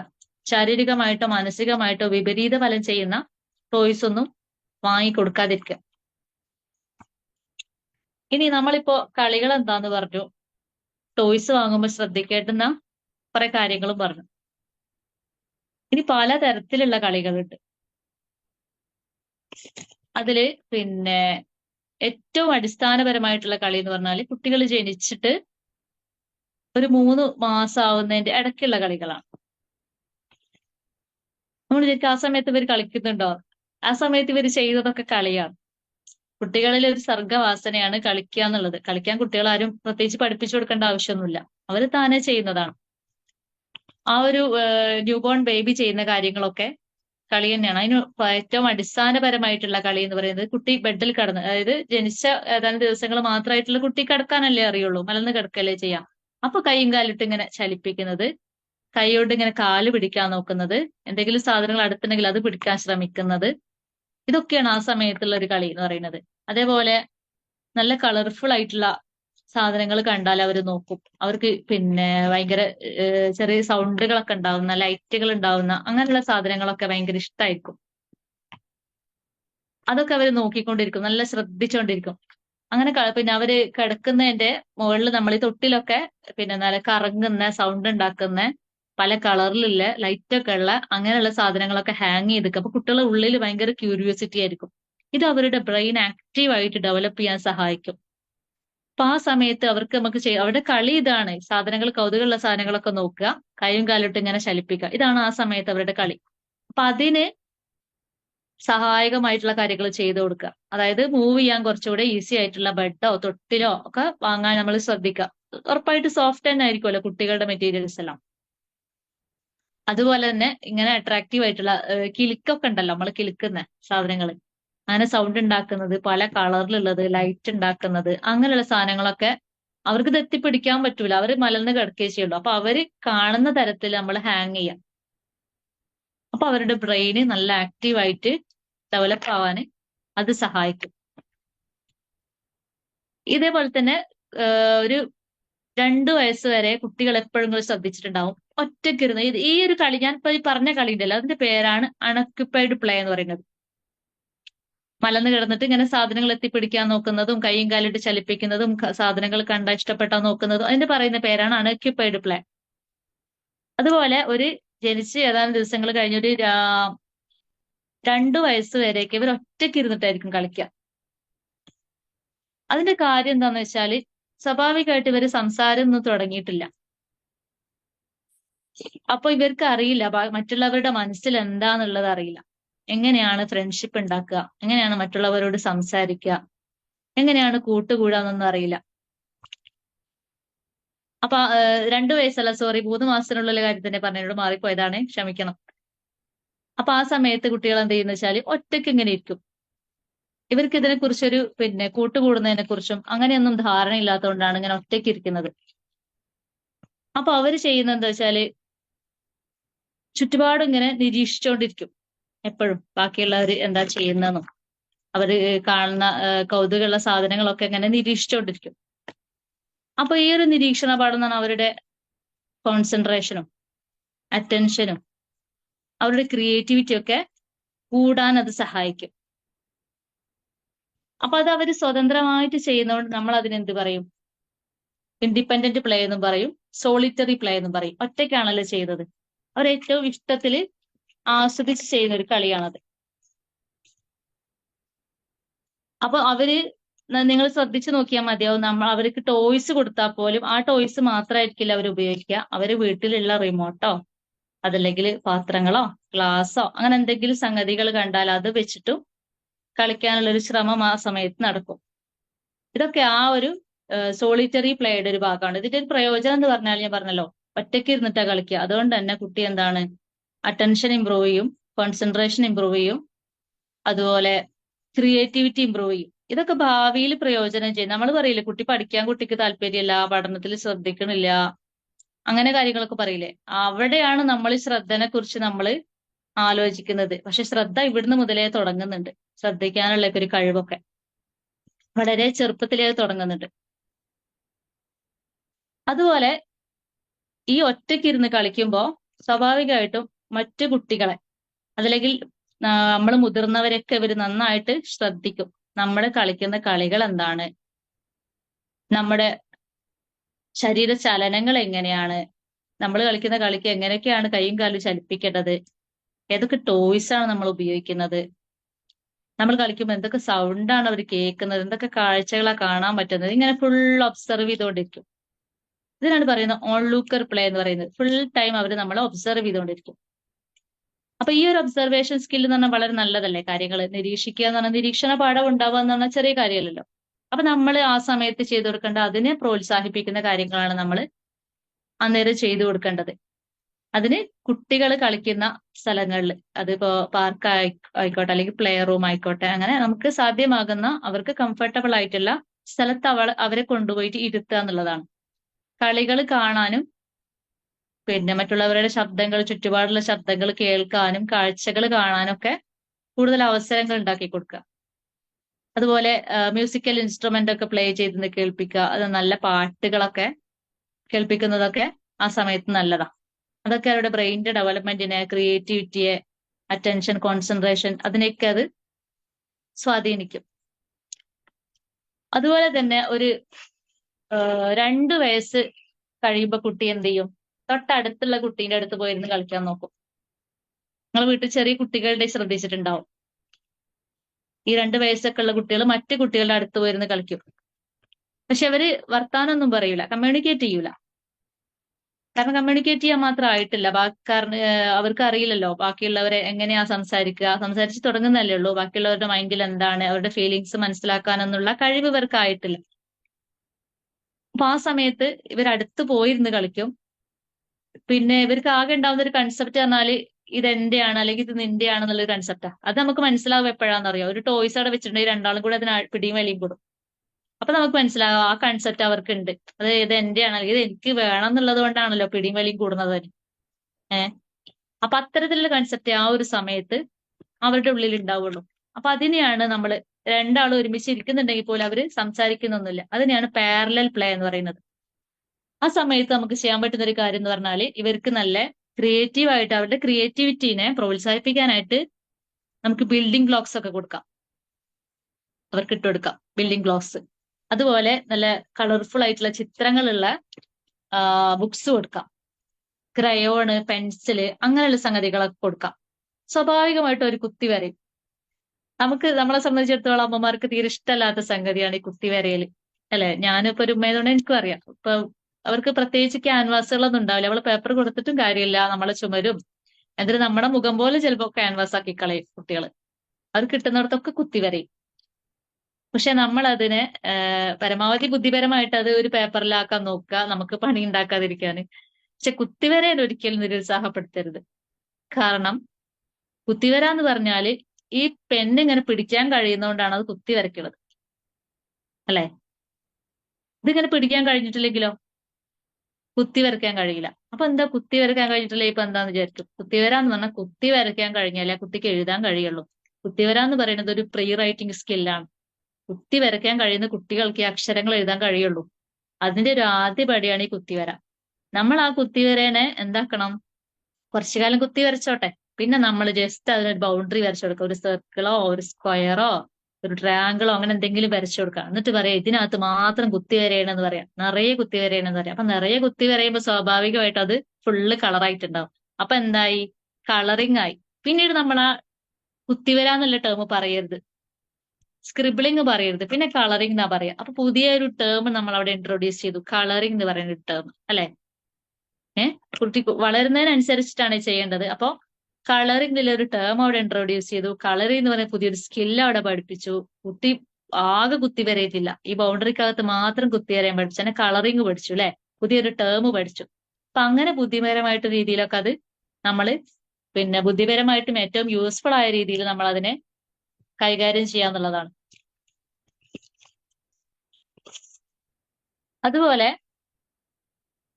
കുറച്ച് കഴിഞ്ഞാൽ ഈ കുട്ടി എന്ത് ചെയ്യും, ഒരു 3-4 വയസ്സൊക്കെ ആവുമ്പോ ഈ കുട്ടി തൊട്ടടുത്ത കുട്ടീന്റെ അടുത്ത് ഇപ്പൊ ചെന്ന് ഇരുന്നിട്ടുള്ളൂ, ഒരു സംസാരിച്ചിട്ടൊന്നുമില്ല. കുറച്ചു കാലം കഴിഞ്ഞാൽ ഇവരെന്ത് ചെയ്യുന്നറിയോ, ഇവരടുത്ത് പോയിട്ട് ഇരിക്കും. ഇവര് സംസാരിക്കുകയൊക്കെ ചെയ്യും, പക്ഷെ ഇവരപ്പോഴും ഒരു കോർഡിനേഷൻ ഉണ്ടാവില്ല. ചിലപ്പോൾ ഒരേ പ്ലേ റൂമിൽ അല്ലെങ്കിൽ ഒരേ പ്ലേ ഗ്രൗണ്ടിൽ ഒരേ ടോയ്സ് വെച്ചിട്ടൊക്കെ ആയിരിക്കും കളിക്കുന്നുണ്ടാവുക. പക്ഷെ ഒരാൾ ഒരാളുടെ ഇഷ്ടത്തിനും മറ്റേയാളുടെ ഇഷ്ടത്തിനും അങ്ങനെ കളിക്കും. അല്ലാതെ നമുക്ക് ഇങ്ങനെ കളിക്കാട്ടോ, നമുക്ക് അങ്ങനെ കളിക്കാട്ടോ എന്ന് പറഞ്ഞിട്ട് ഒരു ഒത്തൊരുമയിൽ അല്ലെങ്കിൽ ഒരു പ്ലാനിങ്ങിൽ ഒരു കോർഡിനേഷനിൽ ഒരു കളിയാവൂല അവരുടെ കയ്യിൽ ഉണ്ടാവുക. അതിനെയാണ് നമ്മൾ അസോസിയേറ്റീവ് പ്ലേ എന്ന് പറയുന്നത്, അസോസിയേറ്റഡ് പ്ലേ എന്ന് പറയുന്നത്. ഈ അസോസിയേറ്റഡ് പ്ലേ ആയിക്കോട്ടെ പാരലൽ പ്ലേ ആയിക്കോട്ടെ, ഇത് രണ്ടും ഒരു സോഷ്യൽ സ്കില്ലിന്റെ ഭാഗമാണ്, അതിന്റെ ഒരു തുടക്കമാണിത്. ഞാൻ അയാൾക്ക് ജസ്റ്റ് പോയെന്ന് ഇരിക്കട്ടെ എന്ന് കുട്ടിയുടെ മനസ്സ് തോന്നുന്നത് ഒരു സോഷ്യൽ സ്കില്ലിന്റെ ഒരു തുടക്കമാണ്. ആദ്യം ഇരുന്നു അല്ലെ, പാരലൽ പ്ലേ പറഞ്ഞ സമയത്ത് അവിടെ ഇരുന്നു. പിന്നെ എന്ത് ചെയ്തു, അസോസിയേറ്റഡ് പ്ലേ ആയപ്പോഴത്തേക്ക് ഒന്ന് സംസാരിക്കാനൊക്കെ തുടങ്ങി. ഇപ്പോ അതിന് ഉദാഹരണം പറയുകയാണെങ്കിൽ ഇപ്പൊ 2 കുട്ടികൾ സൈക്കിൾ ചവിട്ടിയിട്ട് ഒരു റോഡ് വഴി ഇങ്ങനെ പോവാണ് വിചാരിക്കാം. അപ്പൊ 2 പേരുടെ കയ്യിലുള്ളത് സംഗതി സൈക്കിളാണ്. 2 പേരും ഒരേ റോഡാണ് യൂസ് ചെയ്യുന്നത്. 2 പേര് സംസാരിക്കുന്നുണ്ട്. ചിലപ്പോൾ ഒരാൾ വീണാൽ ചിലപ്പോൾ പിടിച്ചെഴുന്നേൽപ്പിക്കായിരിക്കും. പിന്നെ കുറച്ച് വലിയ മുറിവാണെങ്കിൽ ചിലപ്പോൾ വിട്ടു പോയിട്ട് പറയായിരിക്കും. അങ്ങനെയൊക്കെ ചെയ്യായിരിക്കും. പക്ഷെ നമുക്ക് 2 പേർക്കൊന്ന് മത്സരിക്കാം, ആരാ ആദ്യം എത്തുന്നത് നോക്കാം. ഇങ്ങനെയുള്ള ഒരൊറ്റ പ്ലേ ആക്കിയിട്ട് അവർ ഒരിക്കലും അത് മാറ്റില്ല. അതിനെയാണ് നമ്മൾ അസോസിയേറ്റഡ് പ്ലേ എന്ന് പറയുന്നത്. ഇനി ഇത് തന്നെ ഒരു 4-5 വയസ്സൊക്കെ ആവുമ്പോ എന്ത് ചെയ്യും, ഇവര് ഒരൊറ്റ പ്ലേ ആക്കി മാറ്റും. നമുക്ക് കൂട്ടം ചേർന്നിട്ട് ഒരു കളി കളിക്കാം. അവിടെയാണ് ഈ എല്ലാ സോഷ്യൽ പ്ലേകളും വരുന്നത്. അത് ഇമാജിനേറ്റീവ് പ്ലേ കൂടെ നേരത്തെ പറഞ്ഞ റോൾ പ്ലേ ഉണ്ടല്ലോ, അമ്മയും അച്ഛനൊക്കെ ആയിട്ട് കളിക്കുന്ന അങ്ങനത്തെ കളികളായിക്കോട്ടെ, സാറ്റ് കളി ആയിക്കോട്ടെ, മറ്റെന്ത് കളിയിൽ ഒരുമിച്ച് ചെയ്യുന്ന കളികളെല്ലാം വരുന്നത് കോപ്പറേറ്റീവ് പ്ലേയിലാണ്, ഈ കൂട്ടം ചേർന്ന് കളിക്കുമ്പോൾ. അപ്പോഴാണ് അപ്പൊ അവരെന്ത് ചെയ്തു, പരസ്പരം സംസാരിക്കാൻ പഠിച്ചു കഴിഞ്ഞു, മറ്റുള്ളവരുടെ ഇമോഷൻസ് കുറച്ചൊക്കെ മനസ്സിലാക്കി കഴിഞ്ഞു, ഫ്രണ്ട്ഷിപ്പ് മേക്ക് ചെയ്യാൻ പഠിച്ചു കഴിഞ്ഞു. ഇനി അപ്പോഴാണ് പ്രശ്നങ്ങളൊക്കെ ഉടലെടുക്കുക. കളിക്കുമ്പോൾ ഒരാളുടെ ഇഷ്ടം ഒരാൾക്ക് പറ്റൂല, ചിലപ്പോൾ ആ കളി ഇയാൾക്ക് ഇഷ്ടപ്പെടൂല, അല്ലെങ്കിൽ ചിലപ്പോൾ ചെയ്ത് ശരിയായില്ല എന്നുള്ള തോന്നലൊക്കെ ഉണ്ടാവും. അപ്പോഴാണ് തർക്കങ്ങൾ ഉടലെടുക്കുക. തർക്കങ്ങൾ ഉണ്ടാവണം, സ്വാഭാവികമായിട്ട് ഉണ്ടാവണം. അവിടെ തർക്കങ്ങൾ ഉണ്ടാവുക എന്ന് പറഞ്ഞാൽ അതൊരു അവസരമാണ് അല്ലെ. തർക്കങ്ങൾ ഒരു അവസരമാണ് കുട്ടികൾക്ക് കിട്ടുന്നത്. നമ്മൾ മുതിർന്നവർ അവിടെ പോയിട്ട് ഇടപെടാതിരിക്കുക, അവർ തന്നെ അത് പരിഹരിക്കട്ടെ. ആ തർക്കങ്ങൾ അവർ തന്നെ പ്രോബ്ലം സോൾവ് ചെയ്യട്ടെ, അവരുടെ ഉള്ളിൽ തന്നെ ഒരു ലീഡർഷിപ്പ് ക്വാളിറ്റി പുറത്തു വരട്ടെ, അവർ തന്നെ ആ കളി ഓർഗനൈസ് ചെയ്ത് മുന്നോട്ട് പോകട്ടെ. അങ്ങനെ ഒരുപാട് കാര്യങ്ങളാണ് കോപ്പറേറ്റീവ് പ്ലേയിലൂടെ കുട്ടികൾ പഠിച്ചെടുക്കുന്നത്. ഇപ്പൊ പെൺകുട്ടികളാണെങ്കിൽ എന്ത് ചെയ്യും, ഈ അച്ഛനും അമ്മയും കളിക്കുക അങ്ങനെയുള്ള കളികളൊക്കെ ആയിരിക്കും. ആൺകുട്ടികൾക്ക് അതേസമയം ക്രിയേറ്റീവ് പ്ലേയുടെ കാര്യം പറയരുത്. ആൺകുട്ടികളാണെങ്കിൽ അവിടെ മിക്കവാറും ഒരു കടയിട്ടിട്ടൊക്കെ ആയിരിക്കും കളിക്കുക അല്ലെ, കടക്കാരനായിട്ടായിരിക്കും കളിക്കുക. അപ്പൊ ഒരുപാട് സാധനങ്ങൾ നിരത്തി വെച്ചിട്ടുണ്ടാവും. അപ്പൊ ഇവര് ആ സമയത്ത് എന്താ, പിന്നെ സാധനങ്ങൾ വാങ്ങിക്കണേ നമ്മൾ പൈസ കൊടുക്കണം. അന്നേരം നമ്മളെ പൈസ എന്താ, ഇലകളായിരിക്കും പൈസ. അപ്പൊ കുട്ടികൾ ഒരു കൺസെപ്റ്റ് മനസ്സിലാക്കണം, ഒരു സാധനം വാങ്ങിക്കണമെങ്കിൽ പൈസ കൊടുത്താലേ കിട്ടുള്ളൂ. ആ ഒരു കൺസെപ്റ്റ് കുട്ടികളവിടെ മനസ്സിലാക്കാണ്. അതുപോലെ ജസ്റ്റ് കൗണ്ട് ചെയ്തിട്ടാണല്ലോ കൊടുക്കുക. അപ്പൊ കൗണ്ടിങ്, അവർ സ്കൂളിൽ പഠിച്ച കൗണ്ടിങ്ങും അവരിവിടെ യൂസ് ചെയ്യാണ്. അപ്പൊ കളി എന്ന് പറയുന്നത് ജസ്റ്റ് വെറും ഒരു കളിയല്ല, അവിടെ ഒരുപാട് കാര്യങ്ങൾ കുട്ടി അറിഞ്ഞോ അറിയാതെയോ പഠിച്ചെടുക്കുന്നുണ്ട്. ഇനി ഈ കുട്ടികൾ തന്നെ ഒരു 7 വയസ്സാവുമ്പോഴേ കുറച്ചുകൂടെ ഒക്കെ അവരുടെ ബ്രെയിൻ ഡെവലപ്പ് ചെയ്തു. ഈ ബ്രെയിൻ ഡെവലപ്മെന്റ് നമ്മൾ അവരുടെ കളികൾ ശ്രദ്ധിച്ചാൽ മനസ്സിലാവും. കുറച്ചുകൂടെയൊക്കെ ഒരു റൂൾസ് ഒക്കെ ഫോളോ ചെയ്യുന്ന കളികൾ അവർ കളിച്ചു തുടങ്ങും. അതുപോലെ എന്താ ഈ ബോർഡ് ഗെയിംസ് ഒക്കെ ഉണ്ടല്ലോ, ക്യാരം ബോർഡ്സ്, അതുപോലെ ചെസ്, അങ്ങനെയുള്ള കളികളൊക്കെ അവർ കളിക്കാൻ ശ്രമിക്കും ആ സമയത്ത്. അപ്പൊ നമ്മൾ അത്തരം കളികളൊക്കെ ആ സമയത്ത് പ്രോത്സാഹിപ്പിക്കുക. കാരണം അതൊക്കെ അവരുടെ പിന്നെ കോൺസെൻട്രേഷൻ കൂട്ടും, അതുപോലെ കൊഗ്നിറ്റീവ് ഡെവലപ്മെന്റിനൊക്കെ വളരെയധികം ഹെൽപ്പ് ചെയ്യും. അവർ തന്നെ ഒരു 11-12 വയസ്സായി കുറച്ചും കൂടെ അവർ ഡെവലപ്പ് ചെയ്യും. കുറച്ചും കൂടെ ഒക്കെ പിന്നെ കോംപ്ലിക്കേറ്റഡ് ആയിട്ടുള്ള പ്രോബ്ലംസ് ഒക്കെ സോൾവ് ചെയ്യാൻ, മാത്സ് ഒക്കെ ചെയ്യാൻ, അതുപോലെ കുറച്ചുകൂടിയൊക്കെ സയന്റിഫിക് ആയിട്ട് കാര്യങ്ങൾ അപ്രോച്ച് ചെയ്യാനൊക്കെ ഉള്ളൊരു മനസ്സ് അവർക്ക് ഉണ്ടാവും. അപ്പൊ നമ്മൾ അതിനെ നന്നായിട്ട് പ്രോത്സാഹിപ്പിക്കുക. കാരണം അവരുടെ കൊഗ്നിറ്റീവ് ഡെവലപ്മെന്റ് നന്നായിട്ട് ഇമ്പ്രൂവ് ചെയ്യും. അപ്പൊ അന്നേരം എന്ത് ചെയ്യാം, ഒരു ടീനേജിലേക്ക് കടക്കാൻ നോക്കണം. ആ ഒരു സമയത്ത് 11-12 വയസ്സുള്ള സമയത്ത് റുബിക്സ് ക്യൂബ്, ചെസ്, സുഡോക്കു അങ്ങനെയുള്ള സംഗതികളൊക്കെ കൊടുക്കുക. അത് കുറച്ചൊരു കോംപ്ലിക്കേറ്റഡ് ആണല്ലോ. അപ്പൊ അവരുടെ കൊഗ്നിറ്റീവ് ഡെവലപ്മെന്റിന് അത് വളരെയധികം ഹെൽപ്പ് ചെയ്യും. അപ്പൊ അത്തരത്തിലുള്ള കളികളൊക്കെ ആ സമയത്ത് നമ്മൾ കൊടുക്കാനായിട്ട് ശ്രദ്ധിക്കാം. അപ്പൊ ഇത്രയും നേരം നമ്മൾ പറഞ്ഞു കഴിഞ്ഞത് പിന്നെ പലതരത്തിലുള്ള കളിയുടെ പ്രാധാന്യം പറഞ്ഞു. അതുപോലെ പലതരത്തിലുള്ള കളികൾ പറഞ്ഞു. പിന്നെ ടോയ്സ് വാങ്ങുമ്പോൾ നമ്മൾ എന്തൊക്കെ ശ്രദ്ധിക്കണം എന്നുള്ള കാര്യങ്ങളൊക്കെ പറഞ്ഞു അല്ലെ. ഇനി പറയാനുള്ളത് പിന്നെ എന്തൊക്കെയാ ബെനിഫിറ്റ്സ് ആട്ടോ പിന്നെ നമ്മൾ ഈ കളി കൊണ്ടുള്ളതാ. നമ്മൾ ഈ പറഞ്ഞ കാര്യങ്ങൾ തന്നെയാണ്, പക്ഷെ അത് ഒന്നുകൂടി സ്ട്രെസ് ചെയ്യാൻ കാരണം ഈ ബെനിഫിറ്റ്സ് അറിഞ്ഞാലേ നമുക്ക് കളിപ്പിക്കാൻ തോന്നുള്ളൂ. കാരണം ചില അമ്മമാരോട് പറഞ്ഞു കഴിഞ്ഞാൽ കളിപ്പിക്കാൻ പറഞ്ഞാൽ ഓ ഇവിടെ പഠിക്കാൻ തന്നെ നേരില്ല, പിന്നെ ഇപ്പൊ കളിപ്പിക്കണമെന്ന് പറയും. അത് എഡ്യൂക്കേറ്റഡ് ആയ പാരന്റ്സ് വരെ അങ്ങനെ പറയും. കാരണം എല്ലാവർക്കും പഠിക്കണം, വൈറ്റ് കോളർ ജോബ് കിട്ടണം, ഇങ്ങനെയൊക്കെ ആഗ്രഹമുണ്ട്. പക്ഷെ ഈ പഠനത്തിന്റെ ഒരു പ്രീ സ്റ്റേജ് ആണ് കളി എന്ന് ആരും മനസ്സിലാക്കുന്നില്ല. അതുകൊണ്ടാണ് കളിക്കാൻ യഥേഷ്ടം കുട്ടികൾക്ക് അവസരം ഉണ്ടാക്കി കൊടുക്കുക. കാരണം ഒരു റിയൽ ലൈഫിന്റെ കോപ്പിയിങ് ആണ് കളിയിലൂടെ നടക്കുന്നത്. ഇപ്പൊ ഒരു എക്സാമ്പിൾ പറയാൻ, ഇപ്പൊ ഈ റൂൾസ് ഒക്കെ ഫോളോ ചെയ്തിട്ടുള്ള കളികൾ ഉണ്ടാവുമല്ലോ, ഫുട്ബോൾ പോലത്തെ, അതൊക്കെ കളിക്കണം. കാരണം ഈ റൂൾസ് ഫോളോ ചെയ്ത ഫുട്ബോളിൽ സ്വാഭാവികമായിട്ട് ഫൗള് കളിച്ചു കഴിഞ്ഞാൽ പുറത്താവും അല്ലെ. റൂൾ ഫോളോ ചെയ്തുള്ള കളികളിലൊക്കെ അങ്ങനെ തന്നെ, ഫൗള് കളിച്ചു കഴിഞ്ഞാൽ പുറത്താവും. അപ്പൊ കുട്ടിക്ക് മനസ്സിലായി എന്ത്, ഞാൻ ഫൗള് കളിച്ചു കഴിഞ്ഞാൽ കളിയിൽ നിന്ന് പുറത്താവും. അപ്പൊ ഭാവിയിലും ഞാൻ നിയമങ്ങളൊക്കെ അനുസരിച്ചിട്ട് വേണം ജീവിക്കാൻ, ഇല്ലെങ്കിൽ ഞാൻ സമൂഹത്തിൽ നിന്ന് പുറത്താവും എന്നുള്ള ഒരു ചിന്ത ചെറുപ്പത്തിലെ കുട്ടിയുടെ ഉള്ളിലാണ് വരികയാണ്. അപ്പൊ ഭാവിയിൽ നിയമങ്ങൾ അനുസരിച്ച് ജീവിക്കാനുള്ള ഒരു പ്രേരണയാണ് അവിടെ കിട്ടുന്നത് അല്ലെ. അതുപോലെ തന്നെ ലക്ഷ്യത്തിലേക്ക് എറിഞ്ഞിട്ടുള്ള അങ്ങനത്തെ കളികളൊക്കെ ഉണ്ടല്ലോ, ഈ കോട്ടിയൊക്കെ പിടിച്ച് കളിക്കുന്ന, അതൊക്കെ ഒരു പോയിന്റിനെ ശ്രദ്ധിച്ചിട്ട് കേന്ദ്രീകരിച്ചിട്ട് അങ്ങനെയാണല്ലോ കളിക്കാം. അതുപോലുള്ള കളികൾ നല്ലോണം പ്രോത്സാഹിപ്പിക്കണം. കാരണം അത് കളിക്കുമ്പോൾ ഭയങ്കര ഫോക്കസ്ഡ് ആയിട്ടാണ് കുട്ടി കളിക്കുക. അങ്ങനെ കളിച്ചാലേ അത് ജയിക്കാൻ പറ്റുള്ളൂ. അപ്പോ കുട്ടിക്ക് നിർബന്ധമായിട്ടും ഭാവിയിൽ ഉണ്ടായിരിക്കേണ്ട ഒരു ലക്ഷ്യബോധത്തിനെയാണ് ആ കളി ചെറുപ്പത്തിലെ വളർത്തിയെടുക്കുന്നത്. അപ്പൊ അത്തരം കളികൾ നമ്മൾ എന്തായാലും പ്രോത്സാഹിപ്പിക്കണം. അതുപോലെ ഒരു കളിയിൽ ജയിച്ചു കഴിഞ്ഞാൽ ആ കുട്ടിക്ക് ഭയങ്കര കോൺഫിഡൻസ് ആയിരിക്കും അടുത്ത കളി കളിക്കാൻ അതിൽ ജയിക്കാൻ ഒരു കോൺഫിഡൻസ് ആയിരിക്കും. അപ്പൊ എല്ലാ കളികളും അങ്ങനെ തന്നെയാണ്, മത്സര ബുദ്ധിയുള്ള കളികൾ മുഴുവൻ അങ്ങനെ തന്നെയാണ്. അത് കുട്ടിയുടെ ഒരു കോൺഫിഡൻസ് ലെവലിൽ വല്ലാതെ ഇൻക്രീസ് ചെയ്യും. പിന്നെ സ്വാഭാവികമായിട്ട് നമ്മൾ ഈ പറഞ്ഞ ബാക്കിയുള്ള സ്കില്ലുകൾ തന്നെ, problem solving, creative thinking, decision making, അതുപോലെ ഓർഗനൈസിങ് സ്കിൽ, പിന്നെ ഭാഷാപരമായിട്ടുള്ള വികാസം, അതെല്ലാ കളികളിലൂടെ നടക്കുന്നുണ്ട്. കമ്മ്യൂണിക്കേഷൻ സ്കില്ല്, സോഷ്യലൈസേഷൻ സ്കില്ല്, ഇതൊക്കെ ഒട്ടുമിക്ക കളികളിലും നടക്കുന്ന കാര്യങ്ങളാണ്. അതുപോലെ പ്രധാനപ്പെട്ട ഒരു കാര്യം, വിജയപരാജയങ്ങളെ സമീപിക്കാനുള്ള ഒരു കഴിവ് കളികൾ നേടിക്കൊടുക്കുന്നുണ്ട്. അത് വലിയൊരു കാര്യമാണ്. അതായത് നമുക്കിപ്പോ അറിയാം, നമ്മളൊക്കെ ഒരുപാട് ആത്മഹത്യ അങ്ങനെയൊക്കെ കേൾക്കുന്നതാണ് അല്ലെ. ചെറിയ മക്കൾ തന്നെ ഒക്കെ ചെയ്യുന്ന കേൾക്കുന്നത് ഭയങ്കര സങ്കടം തോന്നും. അതെന്തുകൊണ്ടാണ് അങ്ങനെ സംഭവിക്കുന്നത്? ജസ്റ്റ് ഒരു മൊബൈൽ കിട്ടാത്തതുകൊണ്ടല്ല ആത്മഹത്യ ചെയ്യുന്നത്. അത് ചെറുപ്പം മുതലേ ആവശ്യപ്പെടുന്നതെല്ലാം കിട്ടി ശീലമായി. അപ്പൊ ചെറിയൊരു നഷ്ടത്തിനെ പോലും കുട്ടിക്ക് താങ്ങാൻ പറ്റുന്നില്ല, അല്ലെങ്കിൽ ചെറിയൊരു തോൽവി പോലും താങ്ങാൻ പറ്റുന്നില്ല. നമ്മളൊക്കെ ചെറുപ്പത്തിൽ എന്തോരം കളി കളിച്ചിട്ടുണ്ട്, അപ്പൊ അതിലെത്ര വട്ടം പരാജയപ്പെട്ടിട്ടുണ്ട്. അപ്പൊ നമ്മൾ ഈ പരാജയത്തിന് നേരിടാൻ പഠിച്ചു കഴിഞ്ഞു. ഇത് ജസ്റ്റ് ഇതൊരു കളിയിൽ ഇങ്ങനെ സംഭവിച്ചു പോകുന്നതാണ്. അത് ജീവിതത്തിൽ സംഭവിക്കുന്നു, നമുക്കത് മനസ്സിലാക്കി, നമ്മുടെ കളികളിലൂടെ നമ്മളത് മനസ്സിലാക്കിയെടുത്തു. വിജയവും പരാജയവും ഒക്കെ ജീവിതത്തിന്റെ ഭാഗമാണെന്നുള്ളത് നമ്മൾ അതിനെ നേരിടാൻ പഠിച്ചു. ഇപ്പോഴത്തെ കുട്ടികൾക്ക് കളിക്കാൻ അവസരമില്ല, അവരെ പരാജയപ്പെടാൻ നമ്മളോട്ട് സമ്മതിക്കുന്നുമില്ല. പരാജയപ്പെടാൻ നമ്മൾ സമ്മതിക്കുന്നുമില്ല. അത് നമ്മൾ അവരോട് ചെയ്യുന്ന ഒരു അപരാധമാണ്. കാരണം ആ കുട്ടിക്ക് പിന്നെ അതൊന്നും നേരിടാൻ കഴിയൂല. അതുകൊണ്ട് ഭാവിയിൽ അതുകൊണ്ടാണ് ഇങ്ങനെ പെട്ടെന്ന് ചെറിയ ചെറിയ മക്കളെ ചെറിയ കാര്യത്തിനൊക്കെ ആത്മഹത്യ ചെയ്യുന്നത്. നമ്മളപ്പോ അയ്യോ പൊത്തോന്നൊന്നും പറഞ്ഞിട്ട് കാര്യമില്ല. വളരെ ചെറിയ ഏജിൽ തന്നെ നമ്മളത് വളരെയധികം ഗൗരവത്തിൽ ശ്രദ്ധിക്കേണ്ടുന്ന ഒരു കാര്യമാണ്. ഞാൻ നേരത്തെ പറഞ്ഞ പോലെ തന്നെ നമ്മുടെ ജനറേഷനൊക്കെ ഒരുപാട് കളിച്ചിട്ടുണ്ട്. ഞാൻ 90s-ലാണ്, അപ്പൊ അതിന്റെ മുമ്പുള്ളവർ അതിനേക്കാളും കളിച്ചിട്ടുണ്ടാവും. പക്ഷെ 2010-ന് ശേഷമുള്ള ജനറേഷന്റെ അവസ്ഥ അതല്ല. അവർക്ക് കളിക്കാൻ അവസരങ്ങൾ തീരെയില്ല. കാരണം അവരുടെ ഒരു ലൈഫ് എന്ന് പറഞ്ഞാല് അത് സ്ക്രീനിന്റെ ഉള്ളിൽ കുടുങ്ങിപ്പോയി. അവിടെ നിങ്ങളുടെ തല വലിച്ചു കൊണ്ടുവരാൻ ഭയങ്കര റിസ്കി ആയിട്ടുള്ള ഒരു ടാസ്ക് തന്നെയാണത്. അത്രയും നമ്മൾ പാരന്റ്സ് ആയിക്കോട്ടെ, ടീച്ചേഴ്സ് ആയിക്കോട്ടെ, കെയർ ടേക്കേഴ്സ് ആയിക്കോട്ടെ, അത്രയും ശ്രദ്ധിച്ചിട്ട് അത് ഹാൻഡിൽ ചെയ്യണം. കാരണം വിർച്വൽ ഓട്ടിസം അത് പുതിയൊരു ടേമാ. അതിപ്പോ വല്ലാണ്ട് കേട്ട് വരുന്ന ഒരു ടേമാ. കാരണം ഈ നമുക്കറിയില്ല, നമ്മളെ വീട്ടിൽ കുട്ടികൾക്കൊക്കെ ഉണ്ട് അത്, പക്ഷെ നമുക്ക് ഇതാണ് സംഗതി എന്നറിയില്ല. മൊബൈൽ കൊടുത്തില് ഭയങ്കരമായിട്ട് വാശി പിടിച്ച് കരയുന്ന മക്കളൊക്കെ ഉണ്ട് നമ്മളെ വീട്ടിൽ അല്ലേ. നമ്മൾ അവരെ കൊണ്ട് മാനം കെടും. മൊബൈൽ കൊടുത്തിട്ടില്ലേ അത്രയും ബഹളം വെക്കും. ശരിക്കും ഇവരെ അതിന് അഡിക്റ്റ് ആയി പോവാണ്. ഈ ഒരു അവസ്ഥേനെയാണ് വിർച്വൽ ഓട്ടിസം എന്ന് പറയുന്നത്.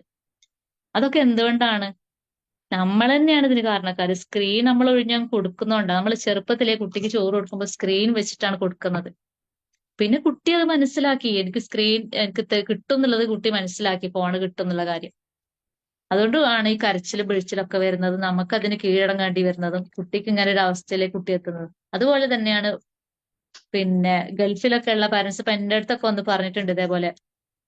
കുട്ടിക്ക് ജനിച്ചപ്പോ ജനറ്റിക്കലി യാതൊരു പ്രോബ്ലവും ഇല്ല, പക്ഷെ പിന്നീട് ഓട്ടിസമായി മാറി. ഇപ്പൊ എന്താന്ന് വെച്ചാൽ അവര് ഗൾഫിലാണ്, അവരുടെ പാരന്റ്സ് രണ്ടുപേരും ജോലിക്ക് പോകും, പിന്നെ വീട്ടിലുള്ളത് ഈ കുട്ടിയും ഹോം മെയ്ഡും മാത്രമാണ്. പക്ഷെ അവര് അവരുടെ ജോലി എന്നുള്ള രീതിയിൽ മാത്രം ഭക്ഷണം കൊടുക്കുന്നു, വെള്ളം കൊടുക്കുന്നു, അതിനപ്പുറത്തേക്ക് പിന്നെ അവര് കാര്യമായിട്ട് എൻഗേജ് വന്നു. കുട്ടിക്ക് ആകെ സംവദിക്കാനുള്ളത് ഈ ഫോണുമായിട്ടാ. ഫ്ലാറ്റിലാണ് അവർ ജീവിക്കുന്നത്. അപ്പൊ മാനം കാണുന്നില്ല, മനുഷ്യരെ കാണുന്നില്ല. അത് നിസ്സാര കാര്യമല്ല, മാനവും കാണുന്നില്ല, മനുഷ്യരെയും കാണുന്നില്ല. അങ്ങനെ ഈ കുട്ടി ഫോണിന് അഡിക്റ്റ് ആയിപ്പോയി, കുട്ടിക്ക് ഓട്ടിസമായി. ജനറ്റിക്കലി പ്രോബ്ലം ഇല്ലാത്ത കുട്ടിക്ക് എങ്ങനെ ഓട്ടിസം വരിക എന്നൊക്കെ നമ്മൾ തോന്നും. അത് ഇങ്ങനെയാണ് വരുന്നത്.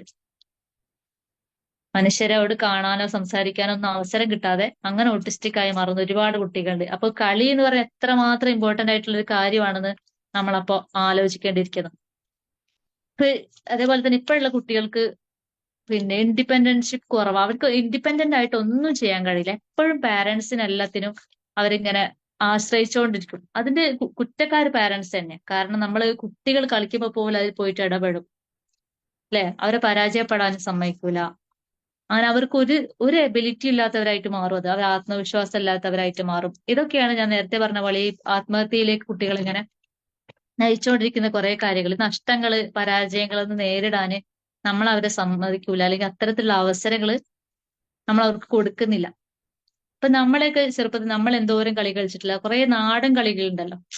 നാടൻ കളികൾ എന്ന് പറഞ്ഞാൽ നമ്മുടെ ശാരീരിക മാനസിക ഘടനയെ ഉറപ്പിച്ചു നിർത്തുന്ന. ഇപ്പൊ നമ്മള് കക്ക് കളി, പിന്നെ എന്താണ് കൊത്തക്കല്ല് കളി, അമ്മാനമാടല്, കുറ്റിയും പോയിന്റ്, അല്ലെ കുട്ടിയും കോലും, അങ്ങനെ ഒരുപാട് കളികളുണ്ട്.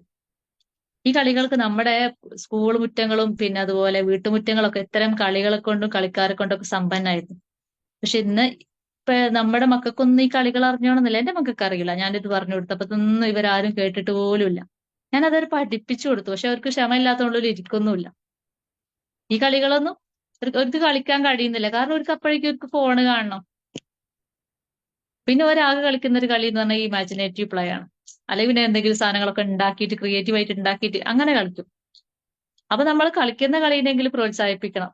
കുത്തി വരഞ്ഞിട്ടോ അങ്ങനെ എന്തെങ്കിലുമൊക്കെ ചെയ്യും. നമ്മൾ കളിച്ച കളിയൊന്നും കളിക്കാനുള്ള ഒരു അവസരം ഇന്നത്തെ ജനറേഷൻ ഇല്ല. അതുകൊണ്ട് തന്നെ നമ്മുടെ ഒരു അനുഭവ സമ്പത്ത് ഇവർക്കില്ല. പരാജയങ്ങളെ നേരിടാനുള്ള ഒരു കഴിവില്ല, ആത്മവിശ്വാസമല്ല. അപ്പൊ നമുക്ക് ആരോഗ്യകരമായിട്ടുള്ള ഒരു ജനറേഷനെയാണ് ആവശ്യമെങ്കിൽ നമ്മൾ കുട്ടികളുടെ സുരക്ഷിതത്വം ഉറപ്പാക്കിക്കൊണ്ട് കളിക്കാനുള്ള അവസരങ്ങളും കളിയിടങ്ങളും ഒരുക്കേണ്ടതായിട്ടുണ്ട്. അപ്പോ ഇത്രയും നേരം എന്നെ ശ്രവിച്ച എല്ലാവർക്കും നിങ്ങളെ ഒരു സമയമാണല്ലോ എനിക്ക് വേണ്ടി മാറ്റിവെച്ചത്. പിന്നെ വളരെ ഹൃദയത്തിൽ തട്ടിയിട്ടുള്ള ഒരു താങ്ക്സ് പറയാണ്. നിങ്ങൾക്ക് എന്തെങ്കിലും ചോദിക്കാനുണ്ടെങ്കിൽ ചോദിക്കാം.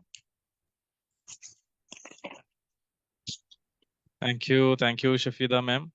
വളരെ ഇൻട്രസ്റ്റിംഗ് ആയിട്ടുള്ള ഒരു ടോപ്പിക് ആയിരുന്നു. ശരിക്ക് ഈ കളീനെ കുറിച്ച് പറയുമ്പോൾ എനിക്കൊന്നും സമയം പോയത് അറിഞ്ഞില്ല കേട്ടോ. ഞാൻ ഇങ്ങനെ സമയം നോക്കിയപ്പോഴാണ് പിന്നെ 7:45 കണ്ടത്.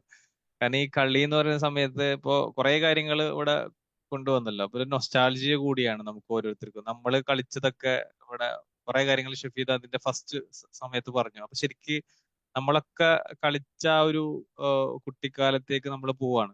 ശരിക്കും പറഞ്ഞു കഴിഞ്ഞാൽ നമ്മള് കളിച്ച ആ ഒരു എക്സ്പീരിയൻസ് ഒന്നും നമ്മുടെ പുതിയ കുട്ടികൾക്ക് കിട്ടുന്നില്ല. അവരെല്ലാം ആർട്ടിഫിഷ്യൽ ആണ്, അല്ലെങ്കിൽ റെഡിമെയ്ഡ് സാധനങ്ങൾ വെച്ചിട്ടാണ് അവർ കളിക്കുന്നത്. അപ്പോ എന്നാൽ അവർക്ക് ആ ഒരു സാഹചര്യം നമുക്ക് ഒരുക്കി കൊടുക്കാനും പറ്റും. അപ്പോ അതിലൂടെ എന്തൊക്കെ പിന്നെ കുട്ടികൾക്ക് എന്തൊക്കെയാണ് ആർജിച്ചെടുക്കുന്നത് എന്നുള്ളതാണ് ഓവറോൾ ആയിട്ട് മാം ഇവിടെ പറഞ്ഞു വെച്ചത്. ലീഡർഷിപ്പ് ക്വാളിറ്റീസ് കിട്ടും, പ്രോബ്ലം സോൾവിങ്, ഡിസിഷൻ മേക്കിംഗ്, അങ്ങനെ തുടങ്ങിയിട്ടുള്ള self awareness, cultures, social commitments, അങ്ങനെ തുടങ്ങിയിട്ട് ഒത്തിരി കാര്യങ്ങൾ പഠിച്ചെടുക്കുന്നത് ഈ കളികളിൽ നിന്ന് തന്നെയാണ്. സ്കൂളുകളിൽ നിന്ന് ഈ സാധനം പഠിക്കുന്നില്ല എന്നുള്ളത് ഒരു യാഥാർത്ഥ്യമാണ്. ലീഡർഷിപ്പ് സ്കൂളിൽ നമ്മൾ കണ്ടിട്ടുണ്ടോ എവിടെയെങ്കിലും ഒരു ടോപ്പിക് ലീഡർഷിപ്പ് എന്ന് പറഞ്ഞിട്ട്? എവിടെയില്ല. അപ്പൊ നമ്മൾ വിചാരിക്കും കുട്ടികളെ പഠിപ്പിച്ചാൽ മാത്രം മതിയല്ലോ എന്നുള്ള ചിന്ത അത് അസ്ഥാനത്ത് തന്നെയാണ്. അപ്പൊ ഇത്തരത്തിലുള്ള സ്കില്ലുകളൊക്കെ ഡെവലപ്പ് ചെയ്യണമെന്നുണ്ടെങ്കിൽ തീർച്ചയായിട്ടും അവര് ഇത്തരത്തിലുള്ള കളികളിലൂടെ തന്നെ മുന്നോട്ട് പോകണം. അതിന്റെ ഇമ്പോർട്ടൻസും ബെനിഫിറ്റ്സും ഒക്കെ വളരെ മനോഹരമായി തന്നെ മാം ഇവിടെ പറഞ്ഞു വെച്ചു. സോ ക്വസ്റ്റ്യൻസ് ആൻഡ് ഫീഡ്ബാക്സിനുള്ള സമയമാണ്. സോ പാർട്ടിസിപ്പൻസിന് മൈക്ക് അൺമ്യൂട്ട് ചെയ്ത് ചോദിക്കാവുന്നതാണ്.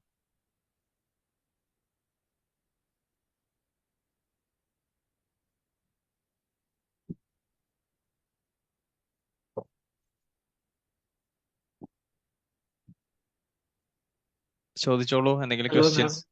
പറഞ്ഞു. എൻ്റെ പേര് അമീർ എന്നാണ്. ഞാനും ഈ സ്പീച്ച് കേട്ട് അവസാനം സമയം നോക്കിയപ്പോഴാണ് ഒരുപാട് കുറെ സമയം പെട്ടെന്ന് പോയത് പോലെയായിരുന്നു. ടോപ്പിക് പെട്ടെന്ന് കഴിഞ്ഞു പോയല്ലോ എന്നുള്ളൊരു ഫീലിംഗ് ആണ് തോന്നിയത്. കാരണം ഒരു കളീനെ ഇത്രയും കാര്യത്തിൽ പറയാൻ പറ്റും എന്നുള്ളത് പുതിയ പുതിയ കാര്യങ്ങളായിരുന്നു. എന്തായാലും താങ്ക്സ്. പിന്നെ അതുപോലെ തന്നെ ഇതിലൊരു ക്വസ്റ്റ്യൻ ചോദിക്കാനുള്ളത്, ഇപ്പോ എന്തായാലും നമുക്ക് ഈ ഓൺലൈനിന്റെ, ഞാൻ പറയുന്നത് കേൾക്കാണ്ടല്ലോ അല്ലെ? Yes, yes, audible ആണ്. അപ്പൊ ഈ ഓൺലൈനിന്റെ നമുക്കിപ്പോ ഒഴിവാക്കാൻ എന്തായാലും പറ്റില്ല. അപ്പോ ഈ ഓൺലൈനിലൂടെ തന്നെ ഇവർക്ക് ഒരു ഫെസിലിറ്റി അങ്ങനെ എന്തെങ്കിലും അതിന്റെ ഒരു ബെനിഫിറ്റ് ഉണ്ടാവും? ഓൺലൈൻ ഗെയിംസിലൂടെ തന്നെ അവർ കളിക്കുന്ന സമയത്ത് അതിന്റെ എന്താണ് ഇമ്പാക്ട് വരിക? ഓൺലൈൻ ഗെയിം എന്ന് പറയുമ്പോൾ അതിനേക്കാളും ഓഫ്ലൈൻ തന്നെയാണ് നല്ലത്. ഞാൻ അതേ സജസ്റ്റ് ചെയ്യുള്ളൂ. കാരണം പഠനം തന്നെ ഓൺലൈൻ ആണ് ഇപ്പൊ, അല്ലേ? അതെ അതെ അപ്പൊ ഫിസിക്കൽ ആയിട്ടുള്ള ഒരു അവസരങ്ങളൊക്കെ കിട്ടണമെങ്കിൽ നമ്മൾ ഓഫ്ലൈൻ ആയിട്ട് തന്നെ നമ്മൾ നേരിട്ട് തന്നെ ഇറങ്ങിയിട്ട് അങ്ങനെ കളിക്കണ്ടേ, ഓൺലൈനിലല്ലാതെ. കാരണം മറ്റത് സ്ക്രീൻ ടൈം കൂട്ടുക ചെയ്യുന്നത്. അത് കാഴ്ചക്ക് പ്രശ്നമുണ്ട്. അതുപോലെ കുട്ടികൾ ഇങ്ങനെ ഒരിടത്ത് തന്നെ ഇരിക്കുകയാണ്, അമിതവണ്ണം, ഒബിസിറ്റി കാരണവും. പിന്നെ മൊബൈലൊക്കെ അധികം ഒരുപാട് ടൈമൊക്കെ ഉപയോഗിച്ചാൽ കുട്ടികൾക്ക് ഡിപ്രഷൻ അങ്ങനെയുള്ള പല അവസ്ഥകളും ഉണ്ടാവും. ഞാനത് ഒരിക്കലും സജസ്റ്റ് ചെയ്യില്ല. Okay okay thanks.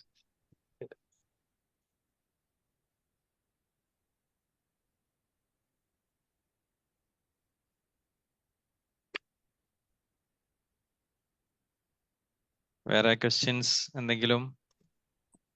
ഹലോ സഫിദ മാം, ഞാൻ ലാലി ബിസ്മിൽ. മാം നല്ല ക്ലാസ് ആയിരുന്നു, അടിപൊളി ക്ലാസ് ആയിരുന്നു. മീൻസ് ഒരു കേട്ടപ്പോ നമുക്കൊരു കുഞ്ഞു ടോപ്പിക് എന്നല്ലേ തോന്നിയത്. ശരിക്കും മക്കളുടെ കളീനെ കുറിച്ച് ഇപ്പൊ ഇതിന് മാത്രം എന്താണ് പറയാനെന്നാ ശരിക്കും ആക്ച്വലി തോന്നിയത്. പക്ഷെ ഇത് ഇത്രമാത്രം വലിയൊരു ടോപ്പിക്കാണ്, ഇത്രമാത്രം കാര്യങ്ങൾ ഇതിനകത്ത് നമുക്ക് മനസ്സിലാക്കാനുണ്ട് എന്ന് ശരിക്കും മനസ്സിലായി. പിന്നെ മാം, ഞാൻ ഒരു ക്വസ്റ്റ്യൻ ചോദിച്ചോട്ടെ? എന്റെ മൂത്തക്ക് 10 വയസ്സായി, ഇളയാൾക്ക് 5 വയസ്സായി. അവര് പ്ലേ ചെയ്യുമ്പോ എനിക്ക് തോന്നിയേക്കണേ, ഈ മൂത്ത ആളുണ്ടല്ലോ, ഈ 10 വയസ്സുള്ള കുട്ടി, അവനൊരു ഇളയ കുട്ടിയുടെ സ്റ്റൈലിലേക്ക് മാറാനായിട്ട് എപ്പോഴും ട്രൈ ചെയ്യുന്ന ഒരു ഫീല്. പക്ഷെ ഇളയ 5 വയസ്സ് ഉള്ള കുട്ടി എപ്പോഴും മൂത്തവനെ പോലെ ആവാൻ, എപ്പോഴും ഇക്കാക്കാനെ പോലെ അവൻ ശ്രമിക്കും. പക്ഷെ ഈ മൂത്ത കുട്ടിക്കൊരു എപ്പോഴും എന്തോ എനിക്കൊരു കുഞ്ഞാവണം, കുഞ്ഞു കുട്ടിയുടെ സ്റ്റൈലിലേക്ക് മാറണം എന്നുള്ളൊരു ടെൻഡൻസി അവൻ കാണിക്കുന്നുണ്ട്. അതെന്താ മാം? എനിക്ക് തോന്നുന്നത് ചിലപ്പോ പിന്നെ മക്കൾ തമ്മിൽ ഏജ് ഡിഫറൻസ് ഉണ്ടോ? എത്രയാ? 5 വയസ്സിന്റെ ഡിഫറൻറ്റ് ആണ് അവർ തമ്മിലുള്ളത്. 5 വയസ്സ് ഡിഫറൻസ് ഉണ്ട് അല്ലേ? ചിലപ്പോ ചെറിയ ആള് വരുമ്പോഴേ നമ്മളെ കുറെ ശ്രദ്ധയും സ്നേഹവും ഒക്കെ കരുതലൊക്കെ ചെറിയ ആളിലേക്കാണ് പോകും. സ്വാഭാവികമാണത്. അപ്പൊ ഈ വലിയ ആൾക്ക് ചിലപ്പോ ഫീൽ ആവുന്നുണ്ടാവും, എന്നെ ശ്രദ്ധിക്കുന്നില്ലല്ലോ. ഇപ്പൊ ഈ പറഞ്ഞൊരു പ്രശ്നം എന്റെ മോക്ക് ചെറുതായിട്ട് ഞാൻ എവിടേക്കോ കണ്ടിട്ടുണ്ട്. അത് ഞാൻ ഏജ് ഡിഫറൻസ് ഉണ്ടോ ചോദിച്ചത്. കാരണം നമ്മൾ ചെറിയ ആള് കൂടുതൽ ശ്രദ്ധിക്കുമ്പോ വലിയ ആൾക്കെല്ലാം അറിയാം, ഓക്കെയാണ്. പക്ഷെ ചില കാര്യങ്ങള് ചെയ്യുമ്പോ നമ്മൾ ശ്രദ്ധിക്കുമ്പോ കുറച്ചുകൂടി മറ്റേ ആളെക്കാളും പക്വത കുറഞ്ഞിട്ടൊക്കെ ചെയ്യും. അപ്പൊ നമുക്ക് തന്നെ ദേഷ്യം വരും, എന്താ ആ കുട്ടി പോലും അങ്ങനെ ചെയ്യുന്നുണ്ട്, നിനക്ക് ചെയ്താൽ എന്താന്ന് ചോദിക്കും. സത്യത്തിൽ എന്താന്ന് വെച്ചാൽ ഇവർക്ക് കുറച്ചുകൂടെ ഒക്കെ സ്നേഹവും കരുതലും തലോടലും ഒക്കെ ആവശ്യമുണ്ട്. അപ്പൊ അതിന് വേണ്ടിയിട്ടാണ് ഈ ചെറുതായിട്ട് കളിക്കുന്നതെന്നാണ് എനിക്ക് ഫീൽ ചെയ്തിട്ടുള്ളത്. അതുകൊണ്ടായിരിക്കും.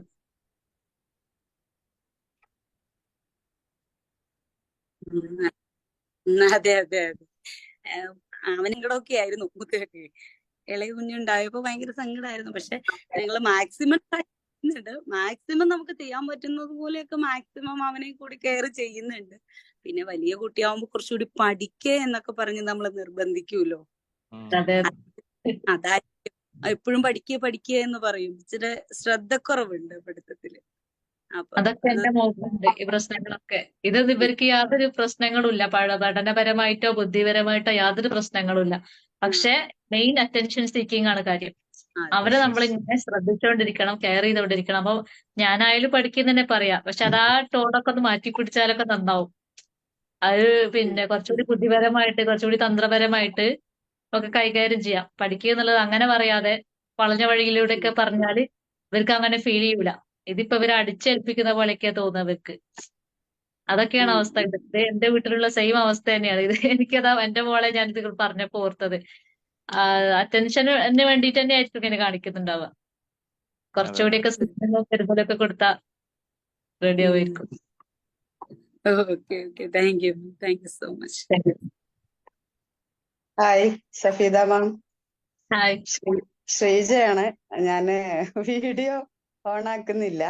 എന്താന്ന് വെച്ചാ ഇപ്പൊ കയറി വന്ന് കുറച്ച് കഴിഞ്ഞപ്പോഴാണ് ഞാൻ മാമിന്റെ ക്ലാസ്സിലേക്ക് കയറിയത്. ഈ ഒരു കളിയെ കുറിച്ച് പറഞ്ഞപ്പോഴേ, ഞാനൊരു അംഗൻവാടി ടീച്ചർ ആയതുകൊണ്ട് തന്നെ ഈ ഒരു കാര്യങ്ങളാണ് ഞങ്ങൾ അംഗൻവാടിയിൽ ചെയ്യുന്നത്. Yes. ഈ ഒരു കുത്തിവര എന്നൊക്കെ പറഞ്ഞ് ഞങ്ങൾ ചെയ്യുന്ന ഒരു കാര്യമാണ്. അപ്പൊ ഈ കുത്തിവര ചെയ്ത് കഴിഞ്ഞാൽ നമ്മൾ അതിനകത്ത് ക്രയോൺ വെച്ചിട്ട് കളർ ചെയ്യിക്കുമ്പോൾ അതൊരു പ്രത്യേക ഭംഗിയായിട്ട് മാറും. ഈ ഒരു സംഭവം തന്നെ, ഇത്രയും കാര്യങ്ങള് നമ്മളിപ്പോ ഈ ഒരു കളിയുടെ കാര്യം പറഞ്ഞപ്പോൾ പലപ്പോഴും നമ്മൾ അവോയ്ഡ് ചെയ്യുന്ന കാര്യമാണ്. കാരണം എല്ലാവരും എന്താന്നറിയേ, കളിക്ക് പ്രാധാന്യം കൊടുക്കാതെ പഠിക്കണം എന്ന് പറഞ്ഞ ഒരു രീതിയിലേക്ക് മാറുകയാണല്ലോ. അപ്പൊ ഞങ്ങളുടെ തീം അത് തന്നെയാണ്. കളിയാണ് രീതി, സ്നേഹമാണ് ഭാഷ. അതാണ് ICDSന്റെ തീം. അപ്പോ പിന്നെ ഇത് ഇങ്ങനെ ഒരു ക്ലാസ്സിലൂടെ മാം പറഞ്ഞപ്പോ അത് വളരെ നല്ലൊരു മെസ്സേജായിട്ട് എനിക്ക് തോന്നി. കാരണം അംഗൻവാടിയിൽ ഇങ്ങനെയൊക്കെയാണ് എന്നുള്ളൊരു കാര്യം മാമനോടും ഇത് കേൾക്കുന്ന എല്ലാവരോടും എനിക്ക് പറയാനും, ഇതിലൂടെ ഒരുപാട് സ്കില്ല് കുട്ടികൾ കൊണ്ടുവരുന്നുണ്ട്, അവർക്ക് പറ്റുന്നുണ്ട്. കാരണം സാമൂഹികമായിട്ടും ഒരു മോഹം കാത്തുക്കലും അങ്ങനെ ഒരുപാട് കാര്യങ്ങൾ ഇതിനകത്ത് വരുന്നുണ്ട്. അപ്പോ പിന്നെ ഞാൻ പകുതി വെച്ചിട്ടാണ് കേട്ടത്, എങ്കിലും വളരെ നല്ലൊരു ക്ലാസ് ആയിരുന്നു. പിന്നെ എന്തായാലും എനിക്ക് സന്തോഷായി. Thank you so much ma'am. Thank you. Thank you so much. നല്ല ഫീഡ്ബാക്ക്. ശരിയാണ്, അംഗൻവാടി ടീച്ചേഴ്സിന് അത് പെട്ടെന്ന് മനസ്സിലാവും അല്ലെ? കാരണം ഇത് ഈ പ്ലേ വേ മെത്തേഡാണ് അവർ ഉപയോഗിക്കുന്നത്. Okay. So, any questions? Any feedbacks? Hello Shafeeda ma'am, yes. നല്ല ക്ലാസ് ആയിരുന്നു കേട്ടോ. നമ്മള് പഴയ കാലത്തെ കുറിച്ചൊക്കെ കുറെ ഓർത്തുപോയി.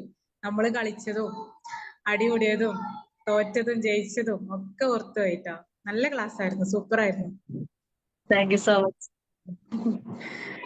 നമ്മുടെ കുട്ടികൾ ഇപ്പൊ തോൽക്കാൻ പേടിയാണ്. അവർക്ക് തോൽക്കാൻ അറിയില്ല, തോറ്റു കൊടുക്കാൻ അറിയില്ല. മാം പറഞ്ഞ വളരെ കറക്റ്റ് ആണ്. കളിയിലൂടെ മാത്രം നമ്മളത് കൂടുതൽ പഠിച്ചതും ഒക്കെ. നമ്മൾ അന്ന് ഒരുപാട് തോറ്റിട്ടുണ്ട്, അടി കൂടിയിട്ടുണ്ട്, തെറ്റിയിട്ടുണ്ട്. പക്ഷെ നമ്മൾ പിറ്റേന്ന് തന്നെ നമ്മൾ നല്ല ഫ്രണ്ട്സ് ആയിരിക്കും. അതുപോലെ ഒരുപാട് കളികൾ കളിച്ചിട്ടുണ്ട് അല്ലെ? സത്യപുല്ലുകൊണ്ട് പുതിയെണ്ണാക്കിയിട്ടൊക്കെ മാലയും വളയും. ഞങ്ങളൊക്കെ ഡാൻസ് ഒക്കെ പ്രാക്ടീസ് ചെയ്തു. ഞാൻ ആ എക്സാമ്പിൾ പറയാന്ന് കുറെ ഓർത്ത് നോക്കി, പക്ഷെ അങ്ങ് മാം പറഞ്ഞില്ല. എന്നാലും അത് ഭയങ്കര നൊസ്റ്റാൾജി ആയിരുന്നു കേട്ടോ. മാം ഓരോ കാര്യങ്ങൾ പറഞ്ഞ സമയത്ത് ഭയങ്കര നൊസ്റ്റാൾജി ആയിരുന്നു. എന്തായാലും സൂപ്പർ ക്ലാസ് ആയിരുന്നു. സമയം പോയത് അറിഞ്ഞില്ല. കൃത്യമായിട്ട് പറഞ്ഞു എല്ലാ കാര്യങ്ങളും, നല്ല വ്യക്തമായിട്ട് നല്ല ഭാഷയിൽ തന്നെ പറഞ്ഞു, സൂപ്പർ ആയിട്ട് പറഞ്ഞു. Thank you. Thanks a lot. So വളരെ മനോഹരമായിട്ടുള്ള ഒരു സെഷൻ നമ്മളിവിടെ വൈൻഡപ്പ് ചെയ്യാണ്. ഷഫീദ മാമിന്റെ കഴിഞ്ഞ ക്ലാസ്സും ഇന്റലക്ച്വൽ ഇമ്പയർമെന്റിനെ കുറിച്ചുള്ള ഒരു ക്ലാസ് ആയിരുന്നു. അത് നമ്മുടെ വെൻപിൾ അക്കാദമിയുടെ യൂട്യൂബ് ചാനലിൽ കിടക്കുന്നുണ്ട്. അതും വളരെ സമ്പന്നമായിട്ടുള്ള ഒരു സെഷൻ ആയിരുന്നു. അപ്പൊ അന്ന് തന്നെ നമ്മൾ പറഞ്ഞിട്ടുണ്ടായിരുന്നു നമ്മളൊരു സെഷൻ എടുക്കണമെന്ന്. അപ്പോൾ അതിന്റെ ഭാഗമായിട്ടാണ് ഇന്ന് ഈ ഒരു സെഷൻ എടുത്തത്. അപ്പോൾ ഇതിന്റെ കണ്ടിന്യൂവേഷൻ തീർച്ചയായിട്ടും ഉണ്ടാകണം. മറ്റൊരു വിഷയവുമായിട്ട് ഷഫീദ മാം വീണ്ടും ട്രെയിനേഴ്സ് ടോക്കിൽ വരും എന്ന് പ്രതീക്ഷിക്കുകയാണ്, അല്ലെ ഷഫീദ മാം? ഉറപ്പായിട്ടും. അതെ. അപ്പം വിശേഷിച്ചും ഷഫീദ മാം സ്പെഷ്യൽ എഡ്യൂക്കേറ്റർ ആണ്. അതായത് നമ്മൾ വെറുതെ ഇങ്ങനെ പിന്നെ യൂട്യൂബിലും അതേപോലെ തന്നെ ബുക്കും വായിച്ചിട്ടുള്ള അറിവല്ല ഷഫീദ മാമിനുള്ളത്. ഓൾറെഡി അത്തരത്തിലുള്ള കുട്ടികളുമായിട്ട് ഇടപഴകി ജീവിക്കുന്ന പിന്നെ അതല്ലെങ്കിൽ അത് പിന്നെ ഒരു കരിയറായിട്ട് പിന്നെ അതൊരു വർക്കായിട്ട് മുന്നോട്ട് പോകുന്ന ഒരാളായതുകൊണ്ട് തന്നെ, ആ ഫീൽഡ് അതായതുകൊണ്ട് തന്നെ അതിൽ കൃത്യമായിട്ടുള്ള ക്വാളിഫിക്കേഷനും എഡ്യൂക്കേഷനും ഒക്കെ ഉള്ളത് കൊണ്ട് തന്നെ കൃത്യമായിട്ട് ഓരോ വിശേഷിച്ചും കുട്ടികളെ കുറിച്ചിട്ടുള്ള അവരുടെ ഡെവലപ്മെന്റ്, അവരുടെ ഫുഡ്, അതേപോലെ തന്നെ അവരുടെ സോഷ്യൽ സ്കിൽസ് തുടങ്ങിയിട്ടുള്ള വിഷയങ്ങൾ കൃത്യമായിട്ടും ആധികാരികമായിട്ടും മാമിന് പറയാൻ പറ്റും എന്നുള്ളതാണ് അതിന്റെ ഒരു പ്രത്യേകത. അപ്പോ എന്തായിരുന്നാലും ഇന്നത്തെ ഈ ഒരു സെഷൻ ഏറ്റവും മനോഹരമാക്കിയതിലുള്ള സന്തോഷം അറിയിക്കുകയാണ്. സോ ട്രെയിനേഴ്സ് ടോക്കിൽ ഇതേപോലെ തന്നെ വ്യത്യസ്തമായിട്ടുള്ള ട്രെയിനേഴ്സ് നിരന്തരമായിട്ടുള്ള ക്ലാസ്സുകൾ ഉണ്ടാവും. നാളെ നമുക്ക് ട്രെയിനേഴ്സ് ടോക്കിൽ കോർപ്പറേറ്റിലുള്ള ലോഫർ യോഗവുമായിട്ട് ബന്ധപ്പെട്ട് നിഖിൽ പ്രകാശനാണ് നാളെ ക്ലാസ് എടുക്കുന്നത്. സോ നാളെയും എല്ലാവരും ഉണ്ടാവുക. സോ ഇന്ന് പിന്നെ നമ്മുടെ ഷഫീദ മാമിനുള്ള എല്ലാവിധ സന്തോഷങ്ങളും അറിയിക്കുന്നു. അതേപോലെ തന്നെ ജോയിൻ ചെയ്ത എല്ലാവർക്കും സന്തോഷങ്ങൾ അറിയിക്കുന്നു. അപ്പോൾ നമുക്ക് വൈൻഡപ്പ് ചെയ്യാം അല്ലെ മാം? വേറെ എന്തെങ്കിലും പറയാനുണ്ടോ മാം? ഞാൻ എല്ലാവരോടുള്ള സ്നേഹവും സന്തോഷവും അറിയിക്കുകയാണ്. കാരണം ഫീഡ്ബാക്ക് പറയുമ്പോൾ നമുക്കതൊരു കോൺഫിഡൻസ് ആണല്ലോ അല്ലെ, പിന്നീട് ക്ലാസ് എടുക്കാനുള്ള ഒരു പ്രചോദനം കൂടിയാണ്. അപ്പൊ താങ്ക്സ് ഇത്രയും നേരം എല്ലാവരും ഇരുന്നതിനും നല്ല ഫീഡ്ബാക്ക് പറഞ്ഞതിനും thank you so much. Okay, thank you so much. Bye bye, good night. Sir അതിന്റെ റെക്കോർഡ് ഒന്ന് അയക്കണേ. ഓ തീർച്ചയായിട്ടും റെക്കോർഡ് അയക്കാം. രണ്ട് പ്രാവശ്യം അയച്ചുതരാം. ആയിക്കോട്ടെ. Thank you sir. Thank you Shafeeda ma'am. Thank you all. Good night.